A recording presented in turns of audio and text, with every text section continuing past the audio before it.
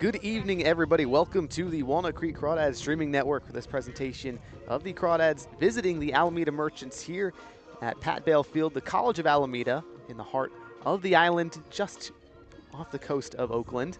Casey Caslin and Charlie Limoncelli on the call. Walnut Creek has lost two straight. Casey, they're 18-15, playing against Alameda Merchants, who won last night 7-4. They're now 16-13 on the year. 5 games left in the 2025 season for the CCL. Every game matters at this point, Casey. Yeah, we were talking about it pretty much all of pregame before we hopped on the mics, and Crawdads pretty much can only afford to lose one game officially, but you really want and kind of have to win out at this point to put yourself in position to make the playoffs if you're Walnut Creek, because Alameda, of course, has 2 games against the Seagulls, obviously a weaker team, but they also have, importantly, the tiebreaker over the Crawdads. That's right. Alameda leads the season series between these two teams 4-2 at the moment. 3 games left to play, including tonight. Also be games on Friday and on Sunday between these two teams. So a whole lot of baseball yet to be played, but every inning will count. On the hill today for the Alameda Merchants, the right-hander Jaden Bitter, practically the ace for Alameda. The Ball State University guy is 1-1 in 7 starts. This will be his 8th. 38 strikeouts on the season. That is good for 3rd in the entire CCL, Casey. He's been an artist. Absolutely, and the Crawdads with Cody Perry, a guy who can eat up innings. We've seen some good work out of him, some mixed work maybe, but a really big game for him to show why he deserves more playing time. Absolutely. So it'll be Ryan Ellis, Brandon Clisby, Joey Donnelly to lead things off, then Zach Justice, Cam Taylor, Riley Leininger, 4-5-6, Trey Johnson, Hunter Hirayama, and Nico DeFazio to round out the order for Walnut Creek. So here comes the lefty Ellis. .216 hitter in 25 games entering this contest, 4 extra bases on the season. Was 1 for 3 yesterday with an RBI double. Bitter's first offering, Ellis drives it into right center field. That one's down for extra bases. Ellis rounds first. He'll head to second. Nahar over from center field. He gets it at the track. And a leadoff double for Ellis and the Crawdads. That's exactly what you want to lead this game off with. Yeah, we were talking to head coach Brant Cummings before the game. He was trying to figure out who he wants at leadoff, and that's why Ryan Ellis is such a good table setter. He gets on base, whether it be through the hits or the walks, and good for him to drive bat to ball off the barrel. Absolutely. The 3rd-year Crawdad has been the leadoff guy many times before. Comes through here to lead this game off. Now with an RBI opportunity for the 2-hole man, Brandon Clisby, getting his first start in left field today. 6'1", 195-pound righty steps in. One of 4 position players for the Crawdads selected to be an all-star this season. Bitter from the stretch for the first time today. Brief glance at second. And now home plate umpire will call time. There were 2 look-backs. Bitter and his catcher Winchell trying to get on the same page. Defensively for Alameda, Luna at first, O'Sullivan at second, Jeremiah playing short, Latimer at third, then Bollinger, Nahar, and Tackless left to right.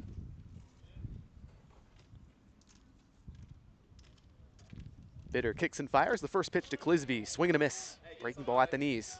You talked about Bitter. I mean, not only is he really their ace, but he's played double the amount of innings practically than the entire team. So that might be a good thing or a bad thing. Maybe he's out of gas, but again, he also has the experience. And 27 1/3 innings pitched on the season for Bitter. He looks back to second. The 0-1 to Clisby. Fouled back. Breaking ball at the knees yet again. 0-2 count to the former Monte Vista man. The important thing is Cole Airhorn will be unavailable today. He pitched yesterday. He's another guy you have to watch out for. So maybe the bullpen a little thin today for Alameda. Time will tell. Certainly a lot of pitchers on the Alameda roster. See who TC Fairfield, the manager, goes with later on. The 0-2 to Clisby, swing and a miss. Slider at the knees. So 1 down in the top of the first. Ellis still over at second for Joey Donnelly in the 3 spot for Walnut Creek. Another all-star selection for the Crawdads. Had a big RBI double, 2 runs scored late in yesterday's contest. Brought the Crawdads within 2. Donnelly riding a 10-game hit streak. 2nd in the entire California Collegiate League in batting average at .385. First offering, check swing, appeal to third, he went around. No balls and 1 strike to the former Cal Golden Bear. And it's felt like in a lot of these games, although Joey Donnelly's getting hits, there haven't been a lot of runners on base. Now with a big opportunity with Ellis at second, big opportunity for him. Absolutely. Bitter winds and delivers the 0-1. Fouled back. Quickly an 0-2 count on Donnelly. Guy who's driven in 23 runs on the season. 10 extra base hits, 8 doubles, 2 home runs. Bitter sticking with that low off speed, fooled Clisby, and now an 0-2 hole for Joey. Yeah, the off-speed stuff looks to be kind of the primary pitch right now for Jaden Bitter. He's able to use it well. The 0-2. Fastball outside. 1 ball and 2 strikes. Bitter, a native of Los Gatos, California, down in the San Jose area. Rising junior at Ball State, where this spring he appeared in 12 games. 1 of them a start. ERA of 10 in 18 innings. The 1-2 to Donnelly. Swing and a miss. 2 straight strikeouts swinging for Jaden Bitter. Now it's the cleanup man, Zach Justice. Still an RBI chance for the Crawdads early in this one. Yeah, and Justice the guy to have up if you want an RBI. He's been very good as of late, but talk about a recovery from Bitter there. First pitch of the game, Ellis drives one to the gap, and then nothing but smoke from Bitter. Yeah, he's really paired the fastball and the slider well to righty and lefty hitters today early in this contest.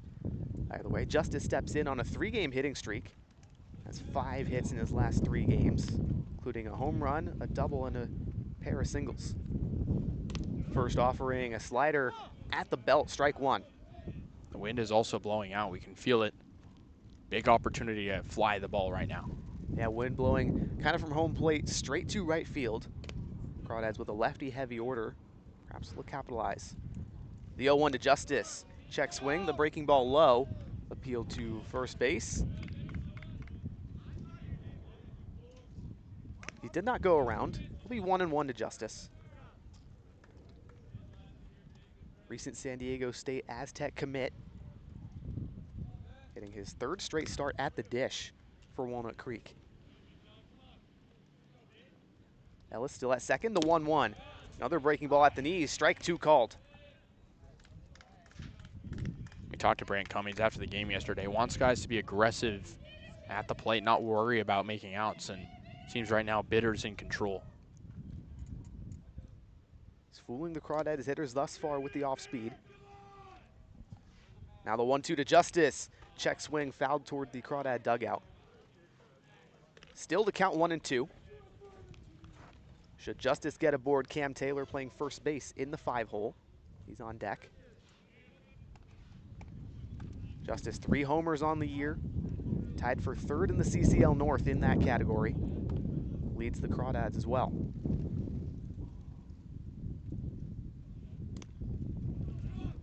Bitter sets from the first base side of the rubber. The 1-2 to Justice. Fastball just inside, 2-2. Righty nearly walked off the mound. He thought it was strike 3. That was a nice pitch because even if Justice swings, he's jammed on that, and he's a very pull-heavy hitter. Good pitch from Bitter again. Absolutely. Done a fine job thus far at the top of the Crawdad order. The 2-2. Swing and a miss. Bitter gets Justice to bite on the slider. Alameda allows the leadoff double, then they retire 3 straight via the K. We'll head to the bottom of the 1st. Alameda trying to score first in this one.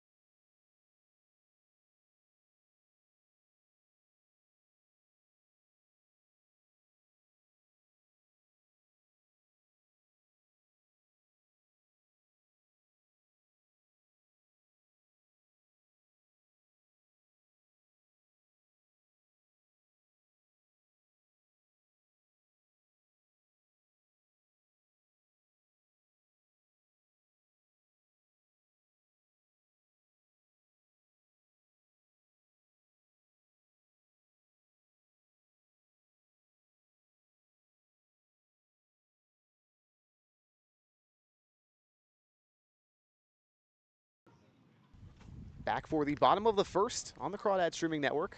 0-0 ball game between Walnut Creek and the Alameda Merchants. We're up to bat. Starter on the hill for Walnut Creek, Cody Perry, the Claremont McKenna College guy, a rising senior there, making his 8th appearance for Walnut Creek this summer, just his 2nd start. He's gone 13 1/3, 3.37 ERA. Facing the leadoff man Nahar, a fastball upstairs is the first pitch. 1-0. The biggest thing for Perry today is length. He's gone over 3 innings once, but a lot of short outings for him, and can't let the Crawdads bullpen get in too early. And that 3-inning outing was his first start of the year as he delivers the 1-0 up and in, hits Nahar. A leadoff hit by pitch for a guy who was only aboard once yesterday via the walk. We know he's got speed. Yeah, he does have speed. Leads the team in stolen bases, one of the leaders in the league as well. Him on first early is not a good sign, especially with Jeremiah up, who we know can hit well. Absolutely, Jeremiah, 304 hitter in 22 games, was 3 for 5 yesterday against the Crawdads, drove in 2 on a pair of RBI singles.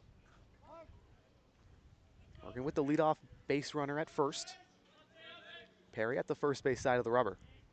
First offering to Jeremiah, hit high in the air on the right side, foul territory, and it's out of play. Hits the batting cages just beyond the Crawdad dugout. I think it hit the top of the fence. I don't know what the odds of that happening, but Definitely good target slim. practice, yeah. Either way, it's 0-1 at the dish to Jeremiah. San Mateo native, rising graduate at St. John's University in New York. Nahar, a decent lead at first. Perry's 0-1 from the stretch. Fastball upstairs. 1 ball and 1 strike. Defensively for Walnut Creek, it's Cam Taylor at first, Hunter Hirayama making his first start as a Crawdad at second, Nico DeFazio at short, Riley Leininger at third, then Brandon Clisby in left, Trey Johnson in center, and Joey Donnelly in right field. The 1-1 from Perry. Fastball up and away. Appeal to first base. Says no. Justice thought that was a strike. That's why he appealed over to the first base umpire, but no bite. It'll be interesting to see the strike zone today. A lot of tensions flaring yesterday at that matter. Absolutely. These two teams heated rivals. There's a pickoff to first. Nahar slides in time.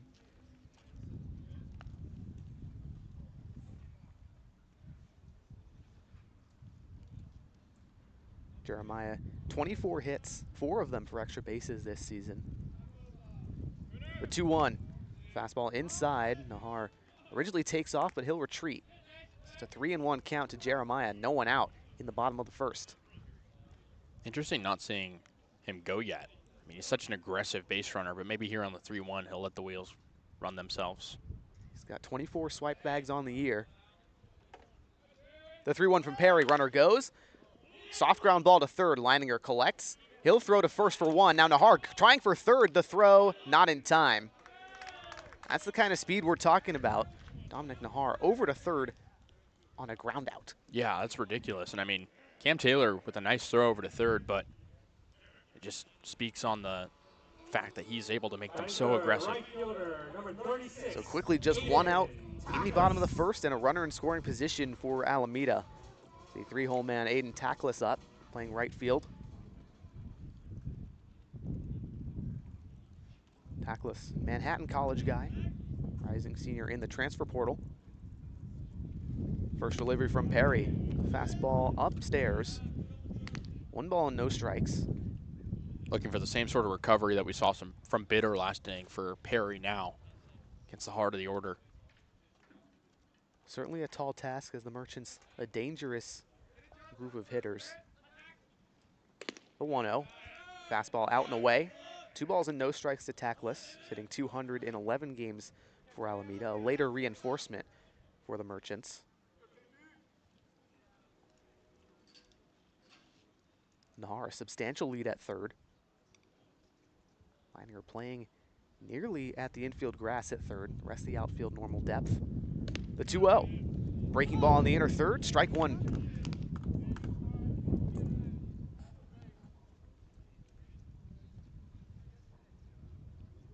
Perry, a 3-pitch mix, mid-80s fastball, a slider, and a changeup.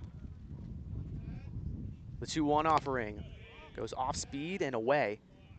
Another 3-1 count for the Merchants order. Perry kind of struggling to find strikes. Yeah, and we saw Bitter take advantage of the first pitch strike so much, and hasn't been the same for Perry as much so far as the wind picks up. That wind's certainly going to be a factor today. As Perry fires the 3-1.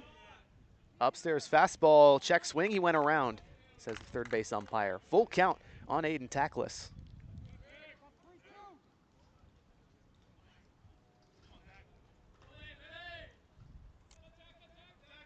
Perry, 9 appearances for Claremont McKenna this spring, 5 of them starts, 20 innings, a 4.05 ERA, 22 strikeouts to just 6 walks. He's very dominant as a collegiate guy. He's shown up with pretty much the same stuff here in Walnut Creek. The payoff, slider down the middle, strike 3 called, Tackless frozen. That's a really great recovery from Cody Perry. That's what they need out of him today. He's a guy who likes to rise to the occasion for Walnut Creek. Loves to be in these high leverage spots where the games really matter. Now he'll face the cleanup man, Tui Amosa, designated hitter for Alameda today. Amosa 1 for 5 yesterday with an RBI single. First pitch to him, breaking ball in there for a strike. No balls, 1 strike to Amosa, the New Zealand native. He's the real wild card on this team. His single yesterday was really an infield single because the Crawdad infield was in. Want to see how his production shapes out today. Perry winds and deals the 0-1, another slider for a strike.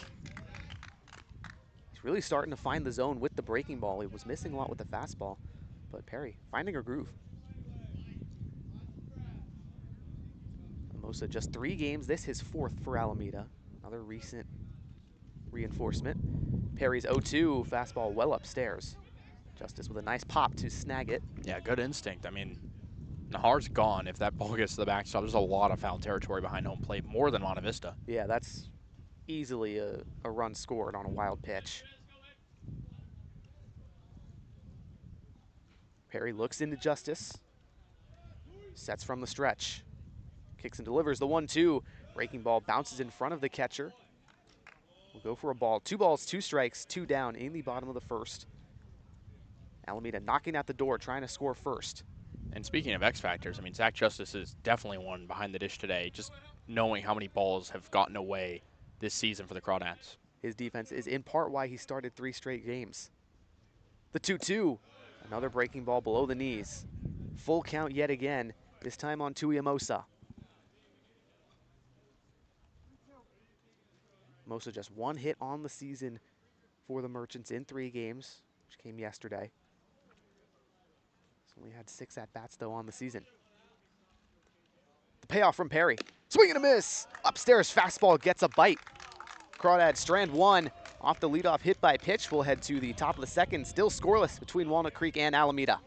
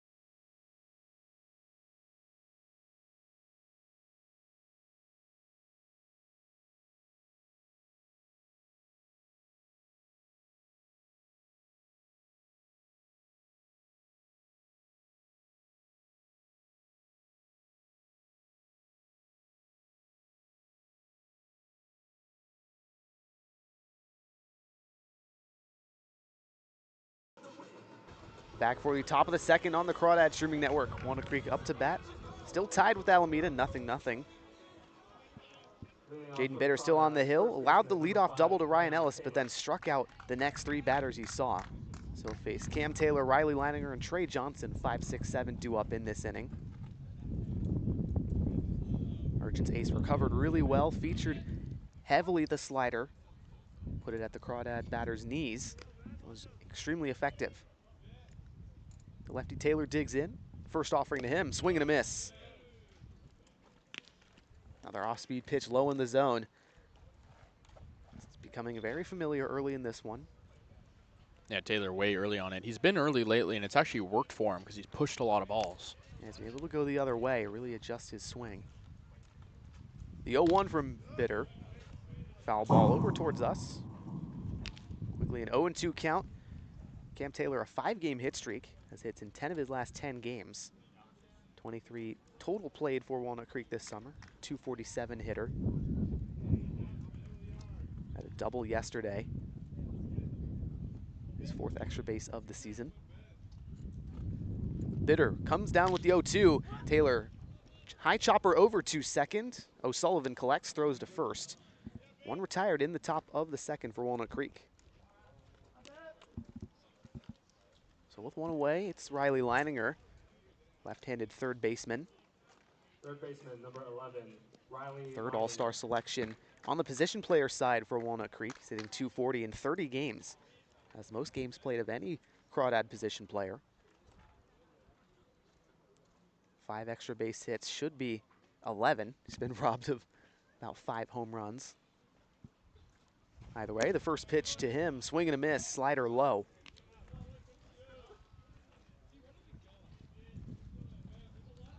Jaden Bitter has clearly found a groove, Casey. He's just dealing right now. He has 4 in a row, retired since the double. The righty kicks and deals. The 0-1 fastball below the knees. Rarely seen him elevate everything at the knees of these Crawdad batters. You have to wonder how they'll adjust to that. Leininger, the former Oklahoma Sooner, steps in. The 1-1, swing and a miss. Same pitch, same location. The low slider. Yeah, Bitter's not been afraid to mix stuff up. Going low in the zone, we saw him pitch a little higher to Taylor. Now ahead in the count, 1-2. Georgetown native Leininger in the portal. The 1-2 from Bitter. Off speed, bounces in the dirt. 2-2. Leininger had a stretch, 5-game stretch from July 8th to the 14th, where he hit 563, 4 extra bases, 5 runs driven in. The 2-2, hard hit on the ground to second. O'Sullivan puts the glove to it, flips to first. 5 straight retired for Jaden Bitter. Yeah, and it's been on a couple of ground balls and 3 strikeouts. I mean, talk about coming back from a really hard hit ball from Ryan Ellis. Absolutely. Bitter clearly composed on the hill. It's no wonder why he's been the Merchants' ace. So with 2 down in the top of the second, it's Trey Johnson, starting center fielder for Walnut Creek. So 0-2 last night with a pair of walks. First offering to the lefty. Breaking ball inside, strike 1. It's that slider again. Indeed it is, Casey. Since June 26th, Johnson 11 for 38, good for a 289 average as he takes the 0-1 for a strike. Bit of a late call from the home plate umpire, but Bitter gets him with another slider. He's in complete control right now. He's so calm on the mound. The righty winds and deals the 0-2. Fastball away, 1 ball and 2 strikes. Even that's a good miss. Yeah, resetting the hitter's eye level. He has to protect the outside part of the plate now too. This is really a pitching masterclass, Casey. I don't think we've seen anything like it from any non-Crawdad pitcher. Yeah. The 1-2 from Bitter, swing and a miss. 4 total swinging strikeouts for Jaden Bitter. 6 straight retired. We'll head to the bottom of the second. Alameda up to bat.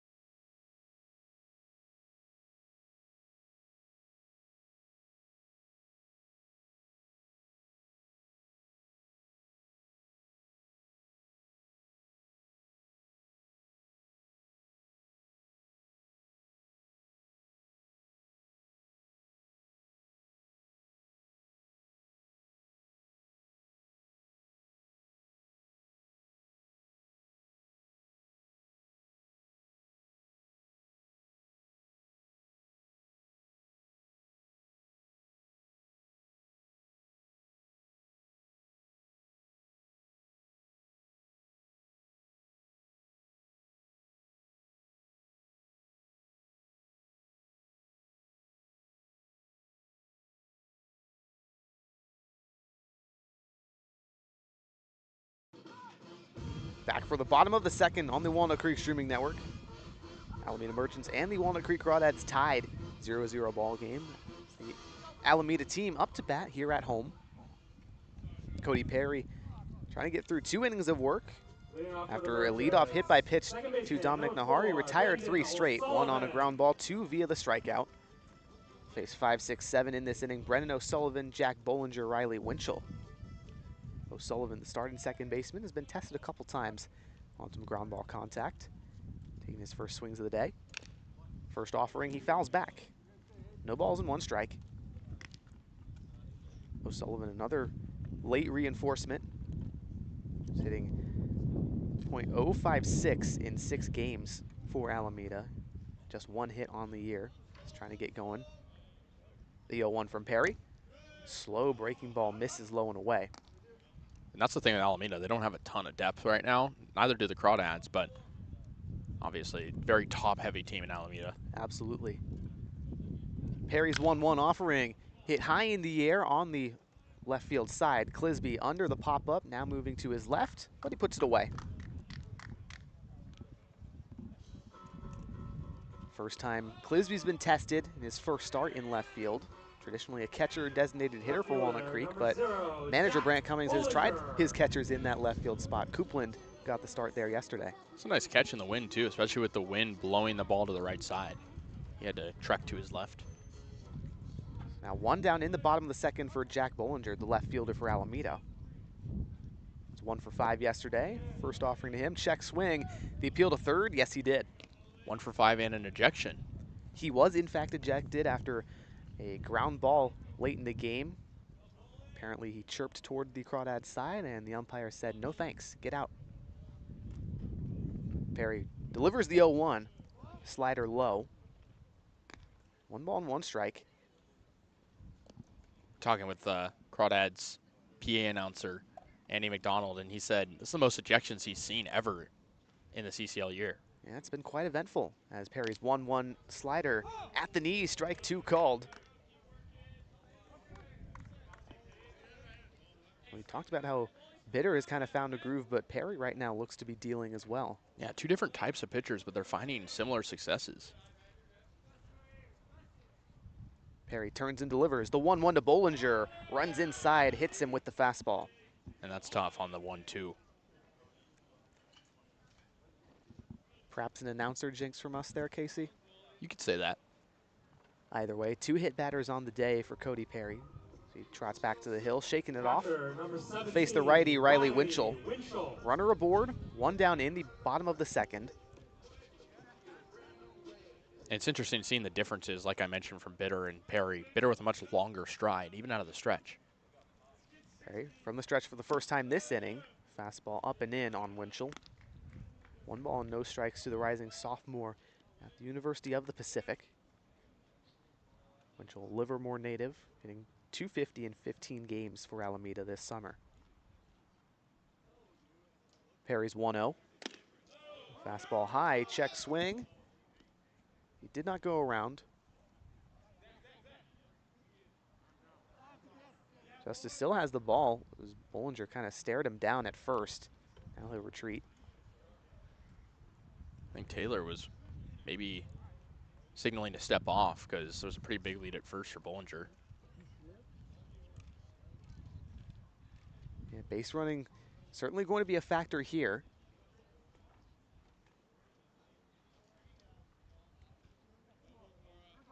Bollinger a healthy lead at first. Perry looks into Justice on the 2-0. A brief glance at first now. The 2-0 to Winchell. Slider grounded over to shortstop. DeFazio collects the throw to second for 1. On to first for the other. 6-4-3 double play ends the inning. We'll head to the top of the third. Crawdads trying to break this one open right after this.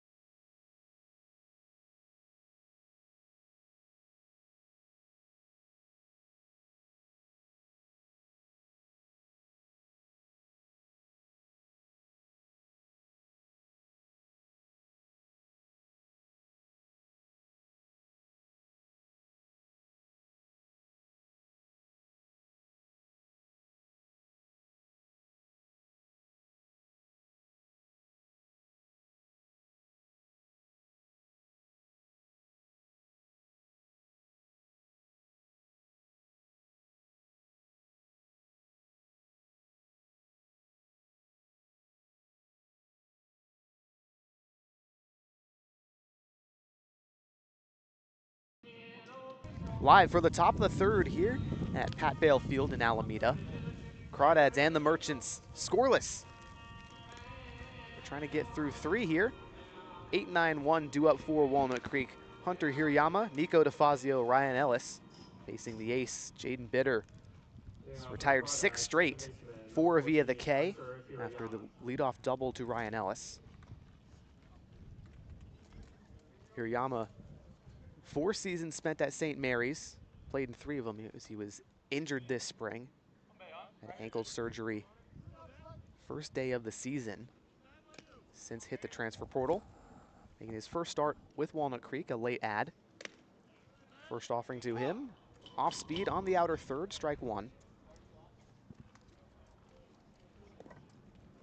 Crawdads a little bit thin on the infield side, so manager Brent Cummings went in search.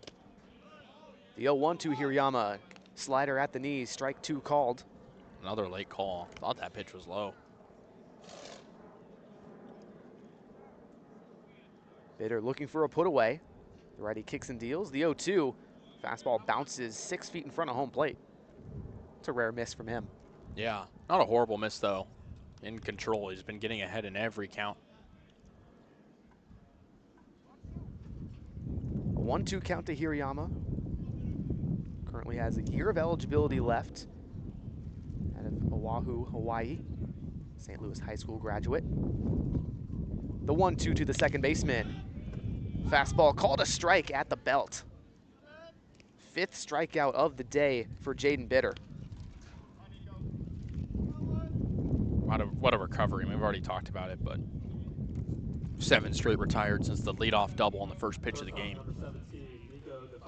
He has been nails, so to speak. 1 down in the top of the third for Nico DeFazio, the shortstop today for the Crawdads. And a 4-game hit streak going from July 12th to the 19th. 5 hits total in that span.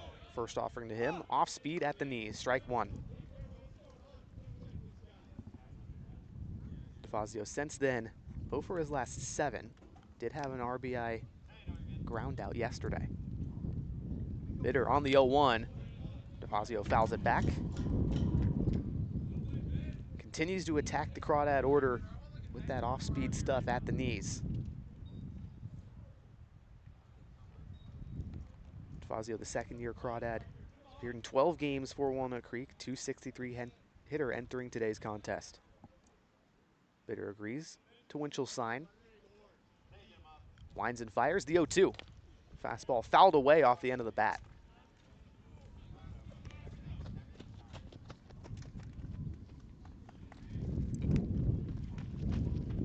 Fozzie, the Oakland native, bit of a shorter drive over here to Alameda as opposed to going into Danville for Crawdad home games. Committed to Houston Christian after this season at Chabot. The 0-2 to him. Elevated fastball, swing and a miss. 2 straight strikeouts in the top of the third for Jaden Bitter. He is so locked in right now, in complete control. And it goes back to what I'm talking about. You win the early part of the count, good things are going to come for you. Absolutely. He's been dealing a lot of first pitch strikes to Walnut Creek. And apart from Ellis, no one else has caught up to one. Barely any contact outside of Ellis. Lineup turns over. Leadoff man Ellis started the game with a double. Bitter's first offering, breaking ball low. It's been a while since we've seen Bitter deal a ball on the first pitch, like we've just been talking about. Maybe a little bit more afraid to pitch something in the zone to Ellis, who took him pretty deep. Yeah, Ellis had a good read on that one. Bitter collects the 1-0. Ellis takes a breaking ball at the belt. 1 ball and 1 strike to the former UT Arlington guy. Ellis, a lot of injuries during his collegiate career. He's got 1 year of eligibility left at the NCAA level, but he already has his degree. 3 years at St. Mary's, 1 at UT Arlington. Takes a 1-1 fastball, low and in. 2 balls and 1 strike from Bitter.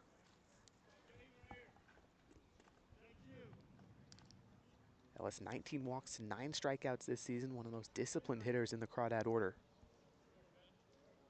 The 2-1 from Bitter. Breaking ball hit on the ground over to second. O'Sullivan charges, throws to first. Another 1-2-3 inning for Jaden Bitter and the Alameda Merchants. We'll head to the bottom of the third, where Alameda will try to score first right after this.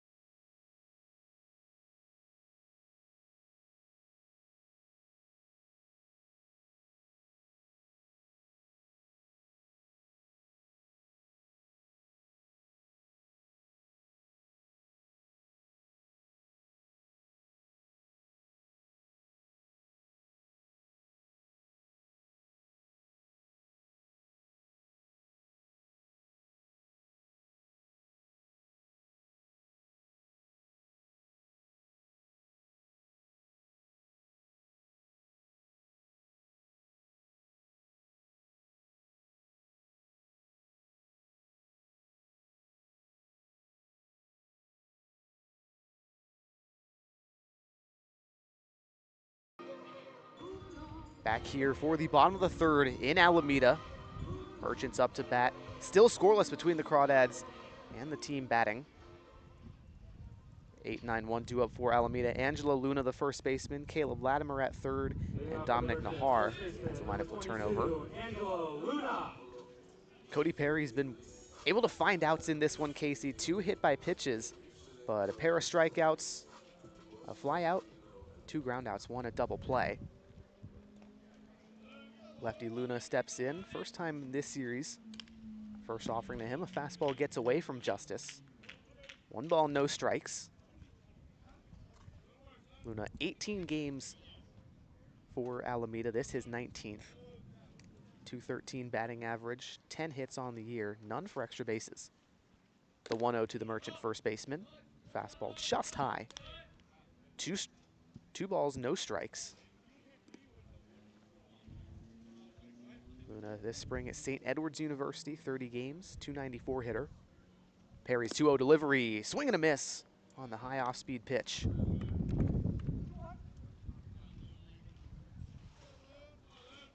Perry's found ways to work back into counts after he starts off with a ball or 2 balls. See how he recovers here to Luna. The 2-1. Fastball just misses the outer third. 3-1 count to Luna. It's what you don't want if you're Perry. You can't give up free at-bats, or free runners, rather, via the walk. He's done that a few times on the hit-by-pitch. Especially with the lineup turning over soon. The 3-1. High fastball. Walks Luna. Especially don't want to do it bottom of the order, like you said. Leadoff man aboard in the bottom of the third for the Merchants, so it's Caleb Latimer up. Latimer, former West Hills Coalinga College guy, committed to Oklahoma Baptist University out of the portal. Appearing in his 23rd game for Alameda this summer. First offering from Perry to the righty. Fastball called a strike.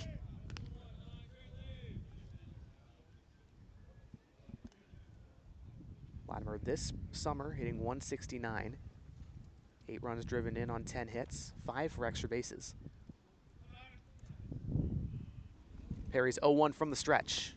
Low slider, gets away from Justice, but he'll pick it up before Luna has a chance to run to second. Good block by Justice again to prevent any of that shenanigans from happening. And Luna, not exactly a speed threat on the paths, but like you mentioned, Justice does a good job catching up to it. No chance for the base runner. The 1-1 to Latimer, high fastball. 2-1. Perry's been really solid the first 2 innings of this one, Casey, but right now kind of struggling. Yeah, he is, and you want length out of him, but hasn't really made it past 3 innings, which is what he's trying for here. Now the 2-1, fastball right down the pipe. 2-2. Latimer, the Fresno native, has got 2 years of eligibility left as a rising junior. 271 this spring at Coalinga College. The 2-2 from Perry, swing and a miss. Nasty slider, Latimer out in front. I mean, recovery is a word I feel like we say all the time, but that's huge with the lineup flipping over to Nahar. Absolutely, Nahar. Certainly no easy out. But Perry, love to turn 2 here, get out of this inning. Nahar 0 for 3 last night with a walk, but enters today a .330 hitter. Already has reached on the hit by pitch. Perry's first delivery, slider at the knees, strike 1 called.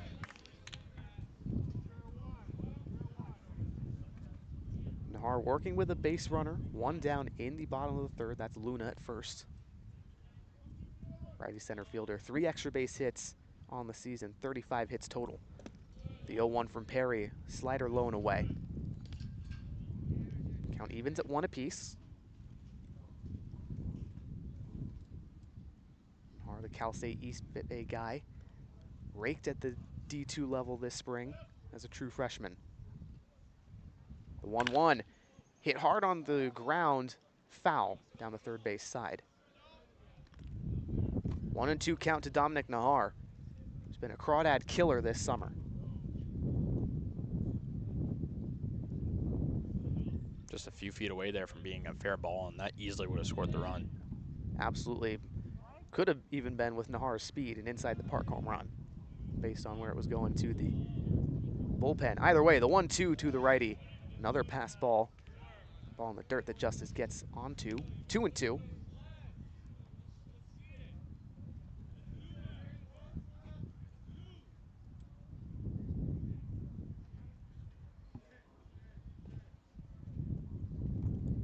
Perry collects on the hill, sets below the belt. Kicks and deals the 2-2. Another slider bounces in the dirt. Full count. Based on his lead, it looked like Luna wanted to go there, but didn't. Wonder if he takes off on the full count. We shall see. Probably a decent opportunity for him to try and get ahead of something.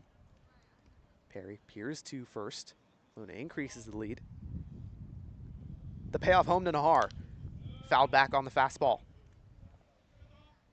Still 3-2. Like we mentioned, entering this one, a crucial game for Walnut Creek, as they really can't afford to lose more than 1 game the rest of this week.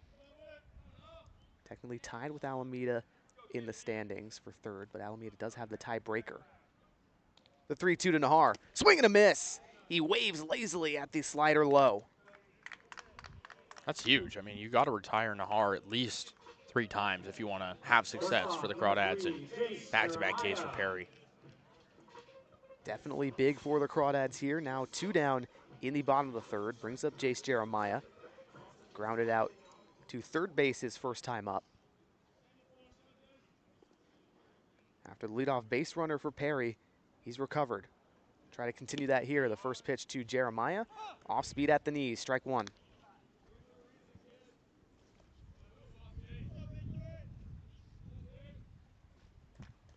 Jeremiah, .312 hitter at St. John's this spring in 32 games. The 0-1 to him. Slider bounces away from Justice. Gets away. Luna able to take second. It's now an RBI opportunity for Jace Jeremiah here. 2 down in the bottom of the 3rd.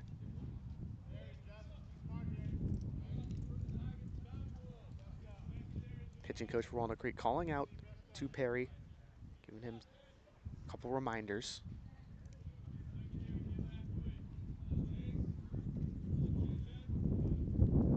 Perry peers at second. The 1-1 to Jeremiah. Check swing on the high fastball. The appeal to first base. He went around. Perry 1 strike away from getting out of this inning. Very clearly a pitcher's duel early in this one. Bitter and Perry facing off squarely. The 1-2 to Jeremiah. Slider bounces in front of home plate. Justice collects on 1 hop. 2-2. I mean, where would they be without Justice right now? They'd be losing. You have to imagine. He's been all over the balls in the dirt. And if this doesn't make his case for best defensive catcher in the CCL North, I don't know what does. Fair point. Big gust of wind heading out to right field from home. Perry's 2-2, fastball out and away. Full count on Jace Jeremiah. Luna in scoring position at second. 2 down in the bottom of the third. Scoreless between the Crawdads and the Merchants. Perry at the belt. Here's the payoff to Jeremiah. Ball 4 on a fastball inside. 2 walks in this inning, as well as 2 strikeouts for Cody Perry. And now in the 3-hole, it's Aiden Toklas from the left side. Another guy that Perry struck out earlier. And again, such a good recovery from Perry, but that might be it for him. Yeah, here comes manager Brent Cummings for Walnut Creek. Have a chat at the hill. Question is whether or not he just wants to talk to Perry or if this is it for him. Usually we see pitching coach Cheney in there first. Cummings not pulling the ball just yet. I think Perry wants to stay in the game. You can hear him kind of pleading his case, but. Yeah, Cummings pointing to the bullpen. It'll be Max Cohen, the first guy out of the pen for Walnut Creek, will step away here as he gets warmed up right after this.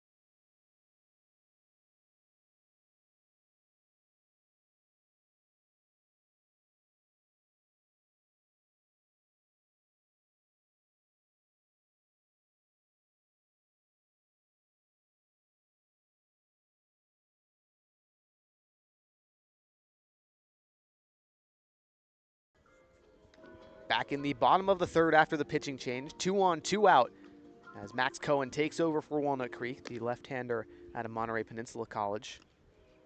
Cohen actually a native right here of Alameda. Making his 13th appearance, a 5.78 ERA in 18 2/3 innings for Walnut Creek. Facing Aiden Toklas, the left-handed hitter in the 3 spot for Alameda. 0-0 count to Toklas. Luna at second base, pardon me. Jeremiah at first. First pitch from Cohen. A slider on the outer third, called a strike. Cohen not a big velocity guy, more of a finesse pitcher. Mid-80s fastball. Tends to have some sink action, then a slider and a changeup. Lefties 0-1 to Toklas. Swing and a miss on the slider there. Quickly 0-2.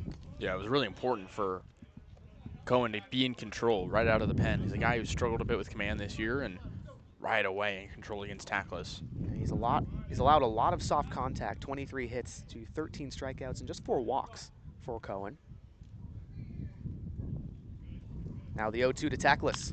Fastball hit into shallow left field. Clisby coming on. He won't get there. Leininger misses from third as well. Luna coming in to score. Jeremiah at third. It's an RBI single for Aiden Toklas. Alameda up 1-0. It's kind of a dagger in a must-win type of game. When you have an 0-2 count on the 3-hole guy, and just like that, it's a flare duck snort to left. A credit to Alameda. That's a great piece of hitting from Takalis. Runners on the corners, 2 down for Tui Amosa, the designated hitter in the cleanup spot. Amosa struck out swinging his first at-bat in the first. That was against Perry. It's only their first hit. Indeed. First pitch from Perry, low away slider. 1 ball and no strikes on Amosa. Yeah, Cody Perry, no hits allowed, but 4 base runners, 2 via the walk, 2 via the hit by pitch. Perry winds and delivers the 1-0. Slider at the knees, strike 1 called. This spring, Perry, 14 appearances at Monterey Peninsula College, 6.39 ERA in 25 innings. The 1-1 to Amosa, hard hit ground ball over to shortstop DeFazio, collects and throws to first for the out. So after the RBI single, it's a 1-0 ball game for the Merchants heading into the top of the 4th. Crawdads trying to strike back.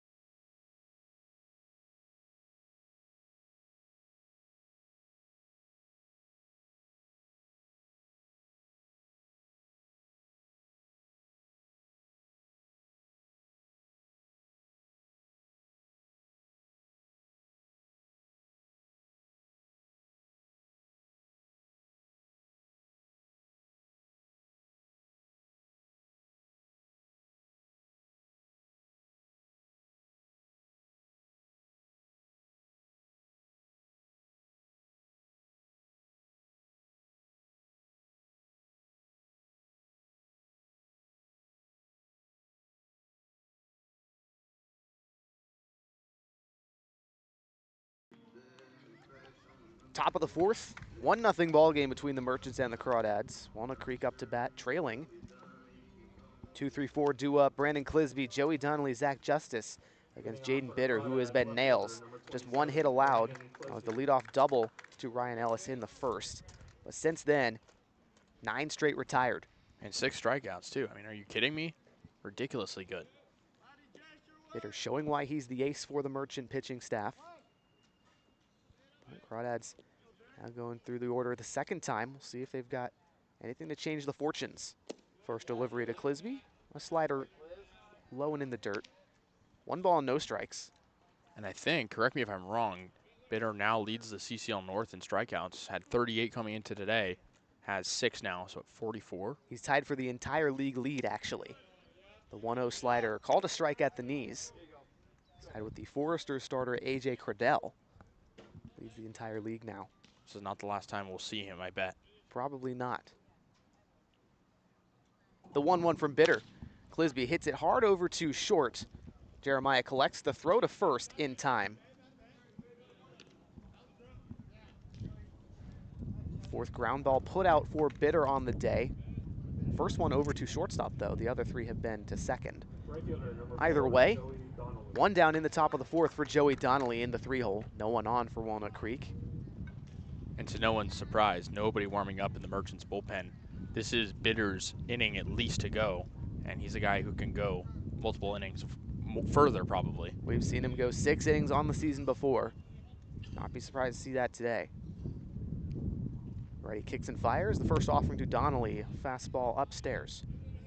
1 ball, no strikes to the Fordham Ram. Recent Fordham Ram commit. Donnelly will take his baseball talents to the Bronx with his last year of grad eligibility. The 1-0. Another fastball high. 2 balls, no strikes to Donnelly. He's consistently been the best hitter for Walnut Creek this summer. 10-game hit streak, hits in 23 of his 28 games played. Earned himself an all-star selection. Bitter kicks and fires. The 2-0, swing and a miss. offering low in the zone there. Got a scoop from Donnelly, but he missed. And the impressive thing about Bitter as well is he's only had 2 appearances where he's had less than 6 strikeouts. Wow. 2 games with 7. The 2-1 to Donnelly. Fastball inside and low. Gets away from Winchell, but a 3-1 count. In this spot, Crawdads haven't had a base runner since the first. Do you hold the bat or do you swing at the 3-1? It's a hitter-friendly count. I mean, I think you let it go in a 1-0 ball game, but again, a walk wouldn't be the worst thing for the fastest player on the Crawdads in terms of stolen bases. Here's the 3-1 from Bitter. Fouled back on the low fastball. Another thing about Bitter is his season debut, he walked 5 Seagulls and hasn't had more than 3 walks since. Struggled with command early in the year, has really found it. Yeah, he's ironed that issue out clearly. No walks dished out in this appearance yet to Walnut Creek. And in that game against the Seagulls, although he walked 5, he didn't allow a single hit.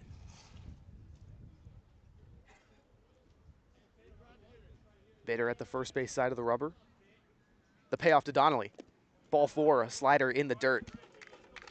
There's the first walk of the day, and it's a 1-out base runner in the top of the 4th for the Crawdads.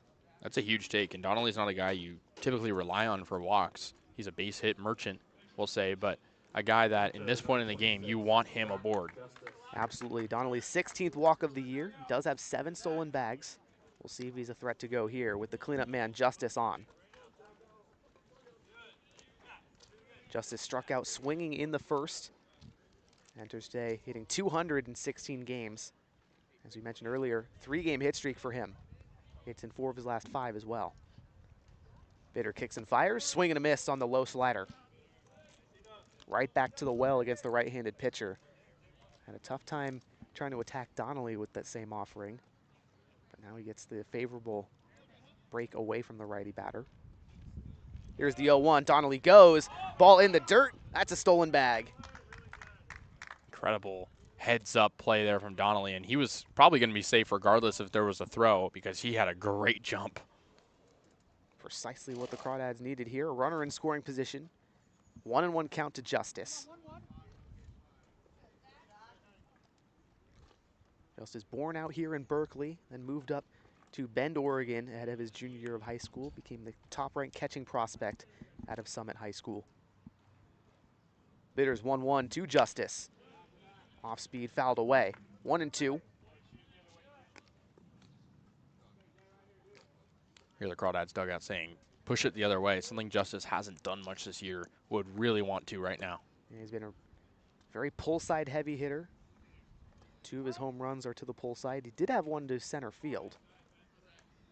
But yeah, like you mentioned, has had a bit of trouble going the other way. Bitter collects chest high. Peers to second at Donnelly. Now the 1-2 home. Swing and a pop up in foul territory on the right side. It'll get out of play. Justice stays alive on the foul ball. Guy who's no stranger to summer ball, played in the Northwoods League last summer. Kenosha Kingfish. 19 games, a .222 hitter.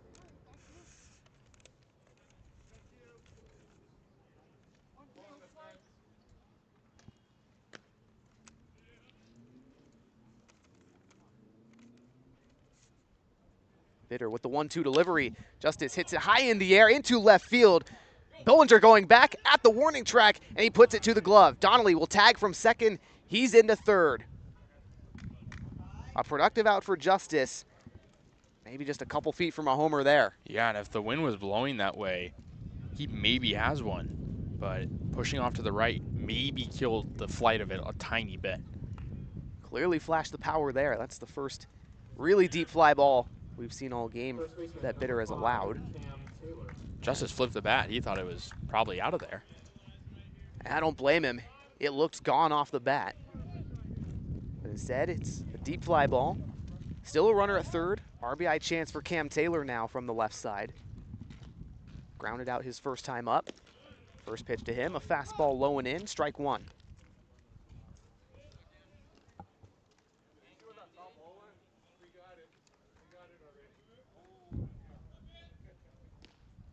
Bitter collects.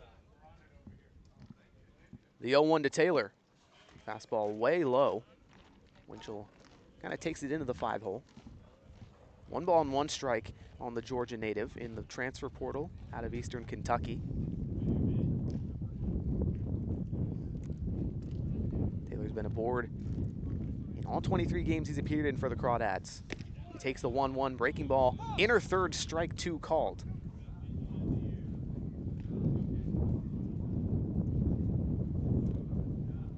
Bitter's done a nice job locating the breaking ball to the lefties. It's tough to hit on that inner third. Righty readies. The 1-2. Fouled away. Still a 1-2 count. And it's smart by Bitter because he knows it's hard for Taylor with such a long looping swing to dish out some of those low pitches. There's actually some action now in the Merchants bullpen as well. There is. We'll see how long the leash on Bitter is here. Still 2 down, 1 aboard in the top of the 4th. The 1-2 to Taylor. Breaking ball away. 2-2. Kind of surprised he hasn't gone more for that low and inside stuff that Taylor has been called strike on and not swinging at. Yeah, Taylor has a tough time getting to that kind of area with his swing, like you mentioned. Donnelly 90 feet from scoring at 3rd. Bitter's 2-2, fastball in the dirt. Winchell gets on top. But now a full count on Cam Taylor. Another really good at-bat worked here for the Crawdads in the top of the 4th. Yeah, and you want to get to their bullpen, so anything to drive up Bitter's pitch count.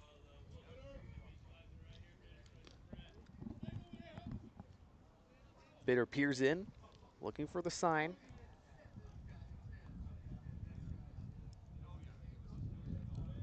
Agrees to this sign from Winchell.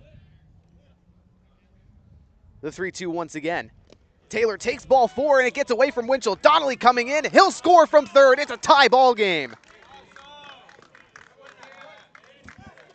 Just like that, we're right back in it. That's huge. I mean, Donnelly is such a good base runner, scoring after stealing a base, tagging up, and then scoring on a wild pitch. Can't ask for much more, and a good at-bat from Cam Taylor. Very patient approach. 17th walk of the year for Taylor.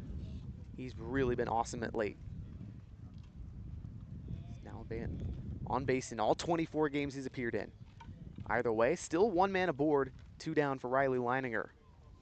First pitch to the lefty, big swing and a miss on the breaking ball. A 1-1 to Leininger, who also grounded out to second base in the 2nd inning. Bitter delivers the 0-1. Fastball gets into the dirt. Cam Taylor's into 2nd. Oh, no. Took a big roll. Winchell just picked it up. Yeah, Bitter's losing a lot of command right now. He was perfect in the first few innings, but really tough for him to find the heart of the plate now. Yeah, all of a sudden, Walnut Creek has rallied right back, capitalizing on the mistakes. 1-1 to Leininger as the wind really picking up here. Leininger, a pull side guy, would love to take advantage. The 1-1 hit hard on the ground over to first base. It gets past Luna. Leininger turning from first, he'll head to 2nd. Taylor's in to score. The Crawdads lead 2-1 off the Riley Leininger RBI double. This is where things really start to trickle down. Ketchup bottle effect maybe right now for the Crawdads. You keep hitting, more's going to come down. And Riley showing why he has so much of a hit tool. TC Fairfield, the manager for Alameda, coming out for a mound visit. Gotta wonder if this is it for Bitter. Kind of spoiled his day in this inning. I mean, again, had the 6 strikeouts coming in, got the first out, no issue. It was that walk to Donnelly that really messed things up. Some good base running for Walnut Creek, gotten ahead of Bitter, and all of a sudden, the hits have come through. So Fairfield will return to the Merchant dugout. Bitter stays in the game, but he'll face another left-hander, Trey Johnson, playing center field with a man in scoring position still. Big 2-out rally for Walnut Creek here as they lead by 1.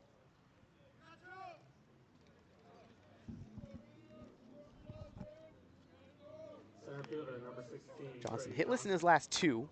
Was 0 for 2 last night with 2 walks, then was hit by a pitch in his lone at-bat against the Stompers on Sunday. Prior to that, was really going. Hits in 7 of his last 8 prior to that 2-game stretch. First offering to Johnson, swing and a miss on the slider low. 1-1 to the Skyline College man. Johnson, a rising sophomore there, trying to build on a freshman season where he hit .331. 38 runs batted in on 13 extra bases. Got 14 ribbies this summer for Walnut Creek. An opportunity for more. The 0-1, a fastball away. 1 ball and 1 strike. Leininger, plenty of speed over at second. Probably can score on a base hit. Bitter has the sign, collects at the chest. The 1-1 to Johnson. High velo fastball upstairs. 2-1.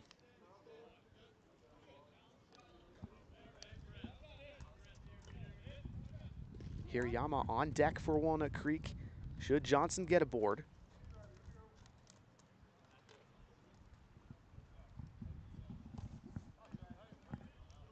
Bitter, the Ball State man, collects. Now the 2-1. Slow breaking ball called a strike on Johnson. 2-2 count, 2 down. A runner at second for the Crawdads. They lead 2-1 in the top of the 4th.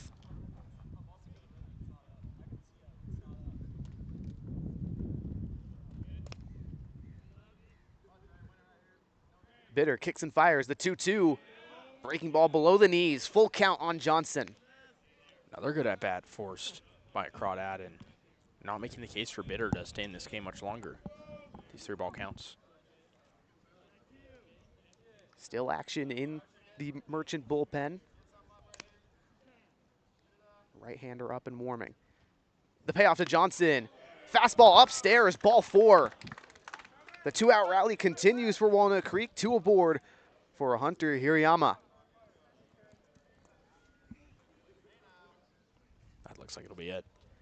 TC Fairfield comes out again, signals of the bullpen. Bitter is done. 2 runs allowed on just 2 hits. 3 walks on the day for Bitter. 6 strikeouts as well. He looked perfect entering this inning. But it's all come apart here in the top of the 4th. We'll step away as the pitching change occurs. We'll be right back for the remainder of the 4th.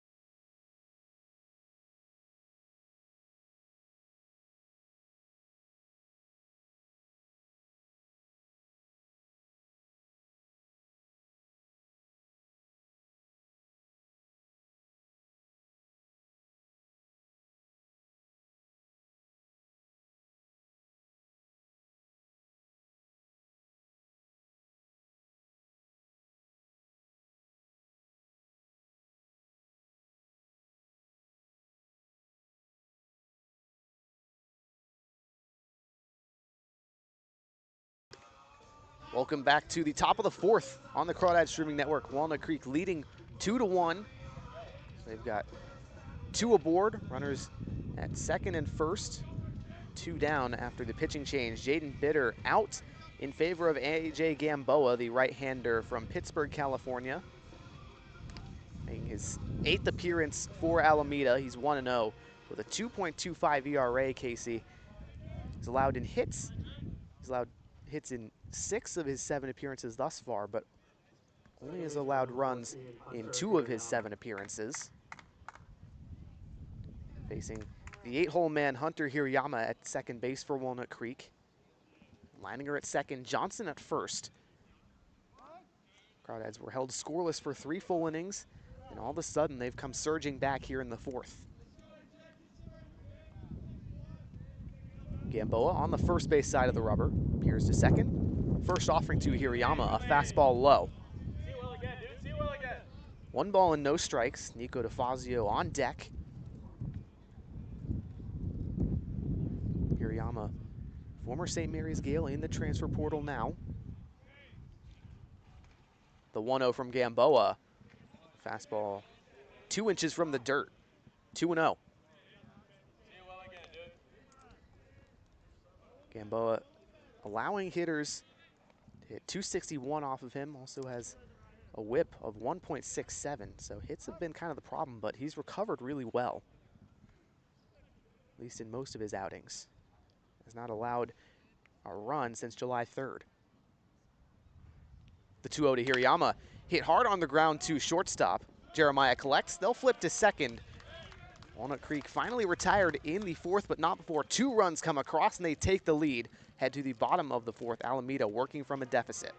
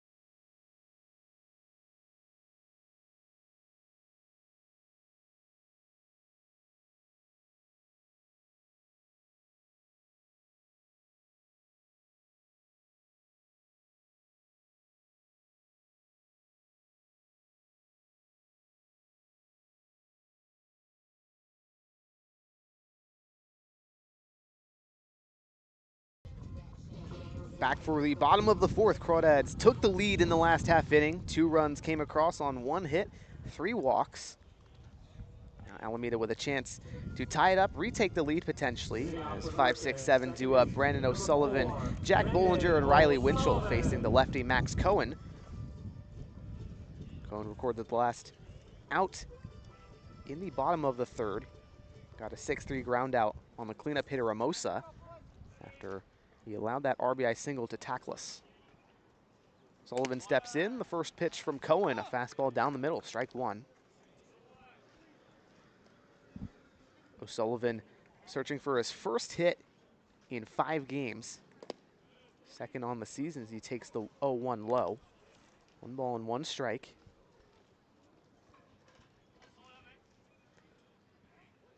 Cohen turns and delivers the 1-1. Slider hit into foul territory and into the Crawdad dugout. Look out.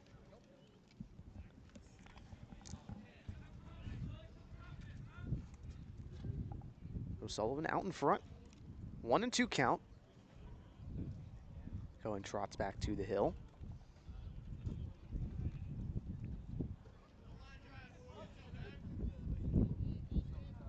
Now the 1-2 offering. Slow off-speed pitch. Low and in. 2 balls and 2 strikes.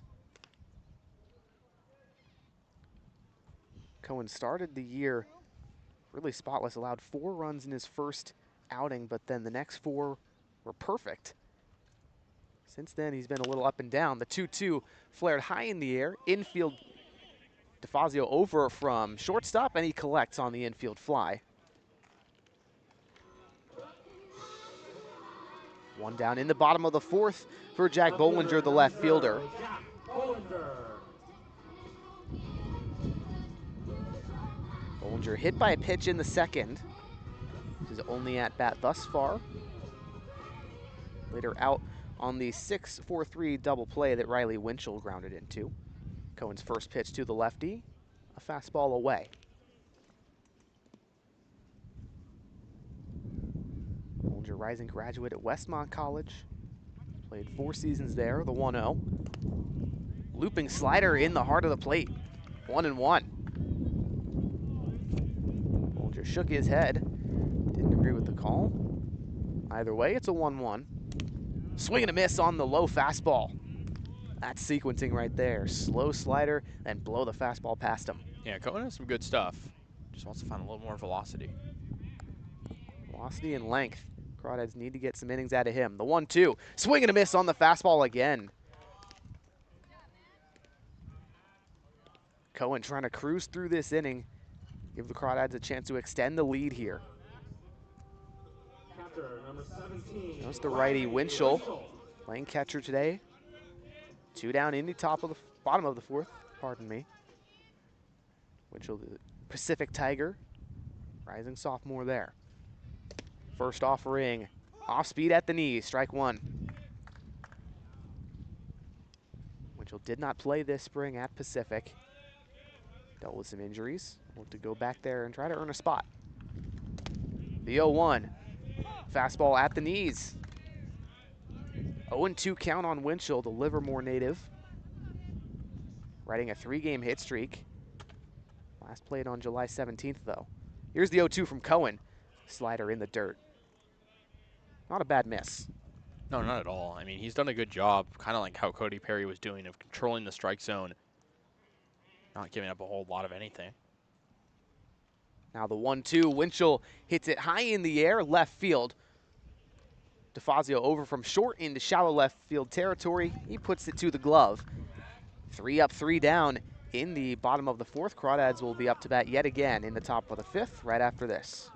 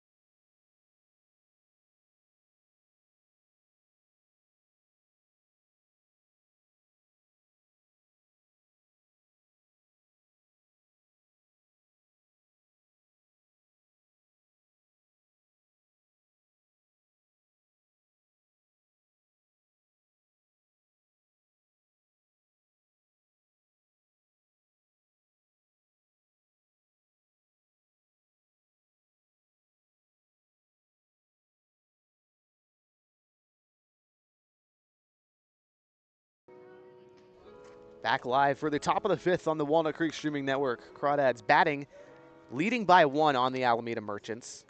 9-1-2 due up Nico DeFazio, Ryan Ellis, Brandon Clisby against AJ Gamboa, who recorded the final out of the top of the fourth. Retired Hunter Hirayama on the 6-3 ground out. Crawdads got 2 across their last time at bat on 1 hit, 3 walks. Righty Gamboa from Christian Brothers, first offering to DeFazio, slider low. Big inning right now for the Crawdads to add on. You have to capitalize on what you're going to give. Absolutely, would love to have some insurance here.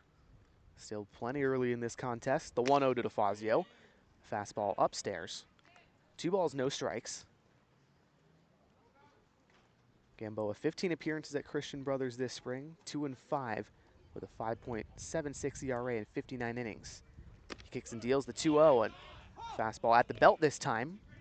2 balls and 1 strike. Talk about a late call. Indeed. Plate umpire has been taking his time, making sure that the calls are accurate. Gamboa delivers the 2-1. Breaking ball fouled in the dirt. Even 2-2 count on DeFazio. Crawdads shortstop hitting .263 this season. Struck out swinging in the 3rd. Back when Jaden Bitter was still on the hill.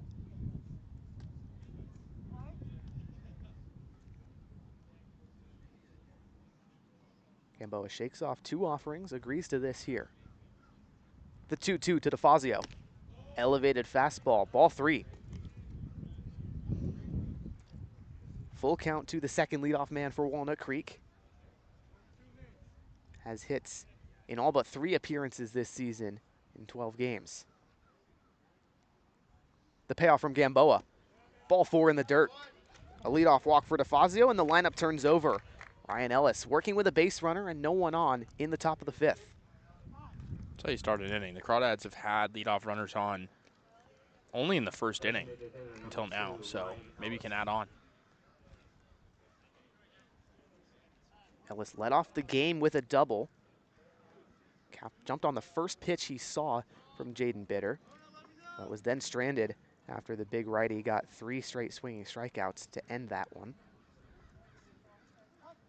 Ellis 1 for 2, also grounded out in the 3rd. Gamboa appears at first. First offering to the lefty, Ellis. Fouled back.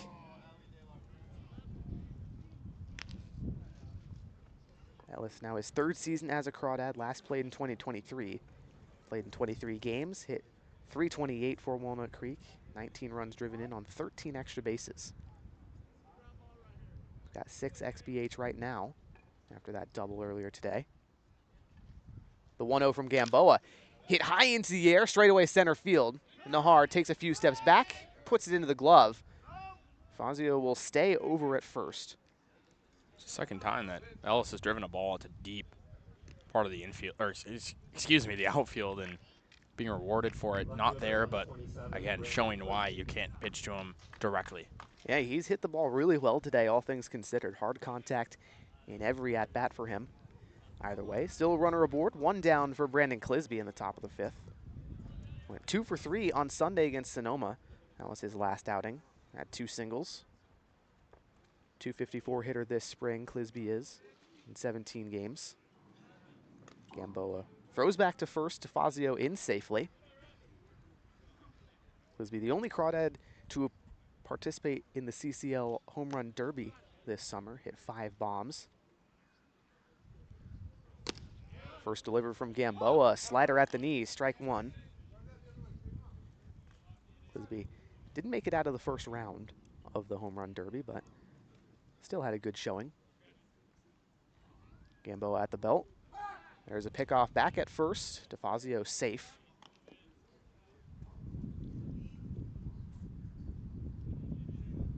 Clisby career .397 hitter in high school, 44 games at Monte Vista. The 0-1, DeFazio takes off, and it's fouled back.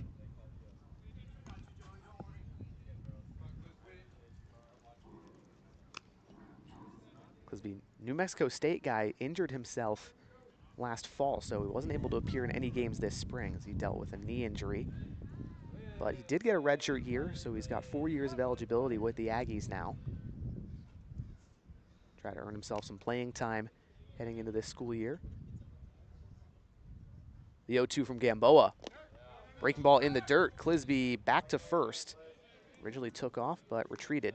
Back pick from Winchell, not in time. Called a ball at the plate.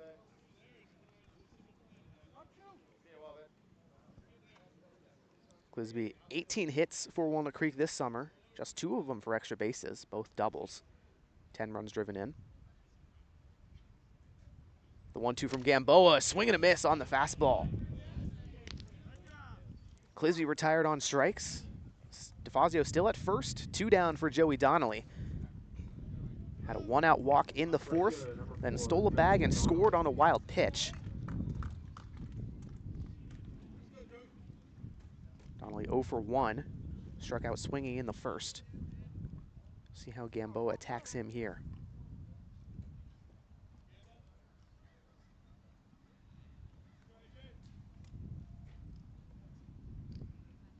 Righty's first delivery. Fastball at the knees, called a strike. 0-1 to Donnelly. He's currently tied for 6th in the CCL in runs batted in with 23.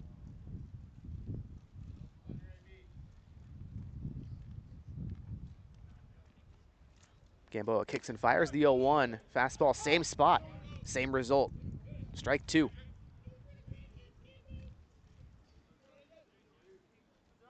Third-year Crawdad readies on the 0-2. 2 down in the top of the 5th. 1 runner aboard. Crawdads leading by 1. The 0-2 from Gamboa. Slider below the knees. 1 ball and 2 strikes.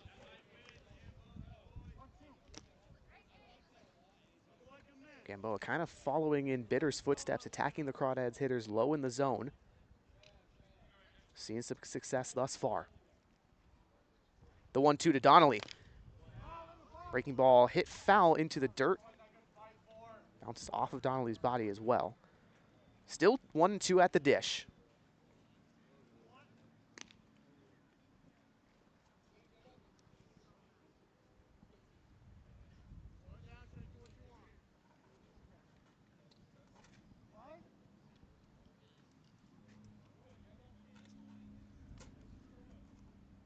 Gamboa exhales. The 1-2 again to Donnelly. Fouled back on the fastball. Still a 1-2 count to the dangerous Crawdad lefty.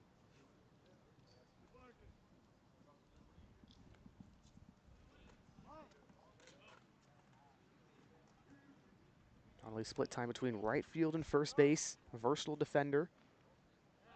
Gamboa throws back to first base. DeFazio retreats safely.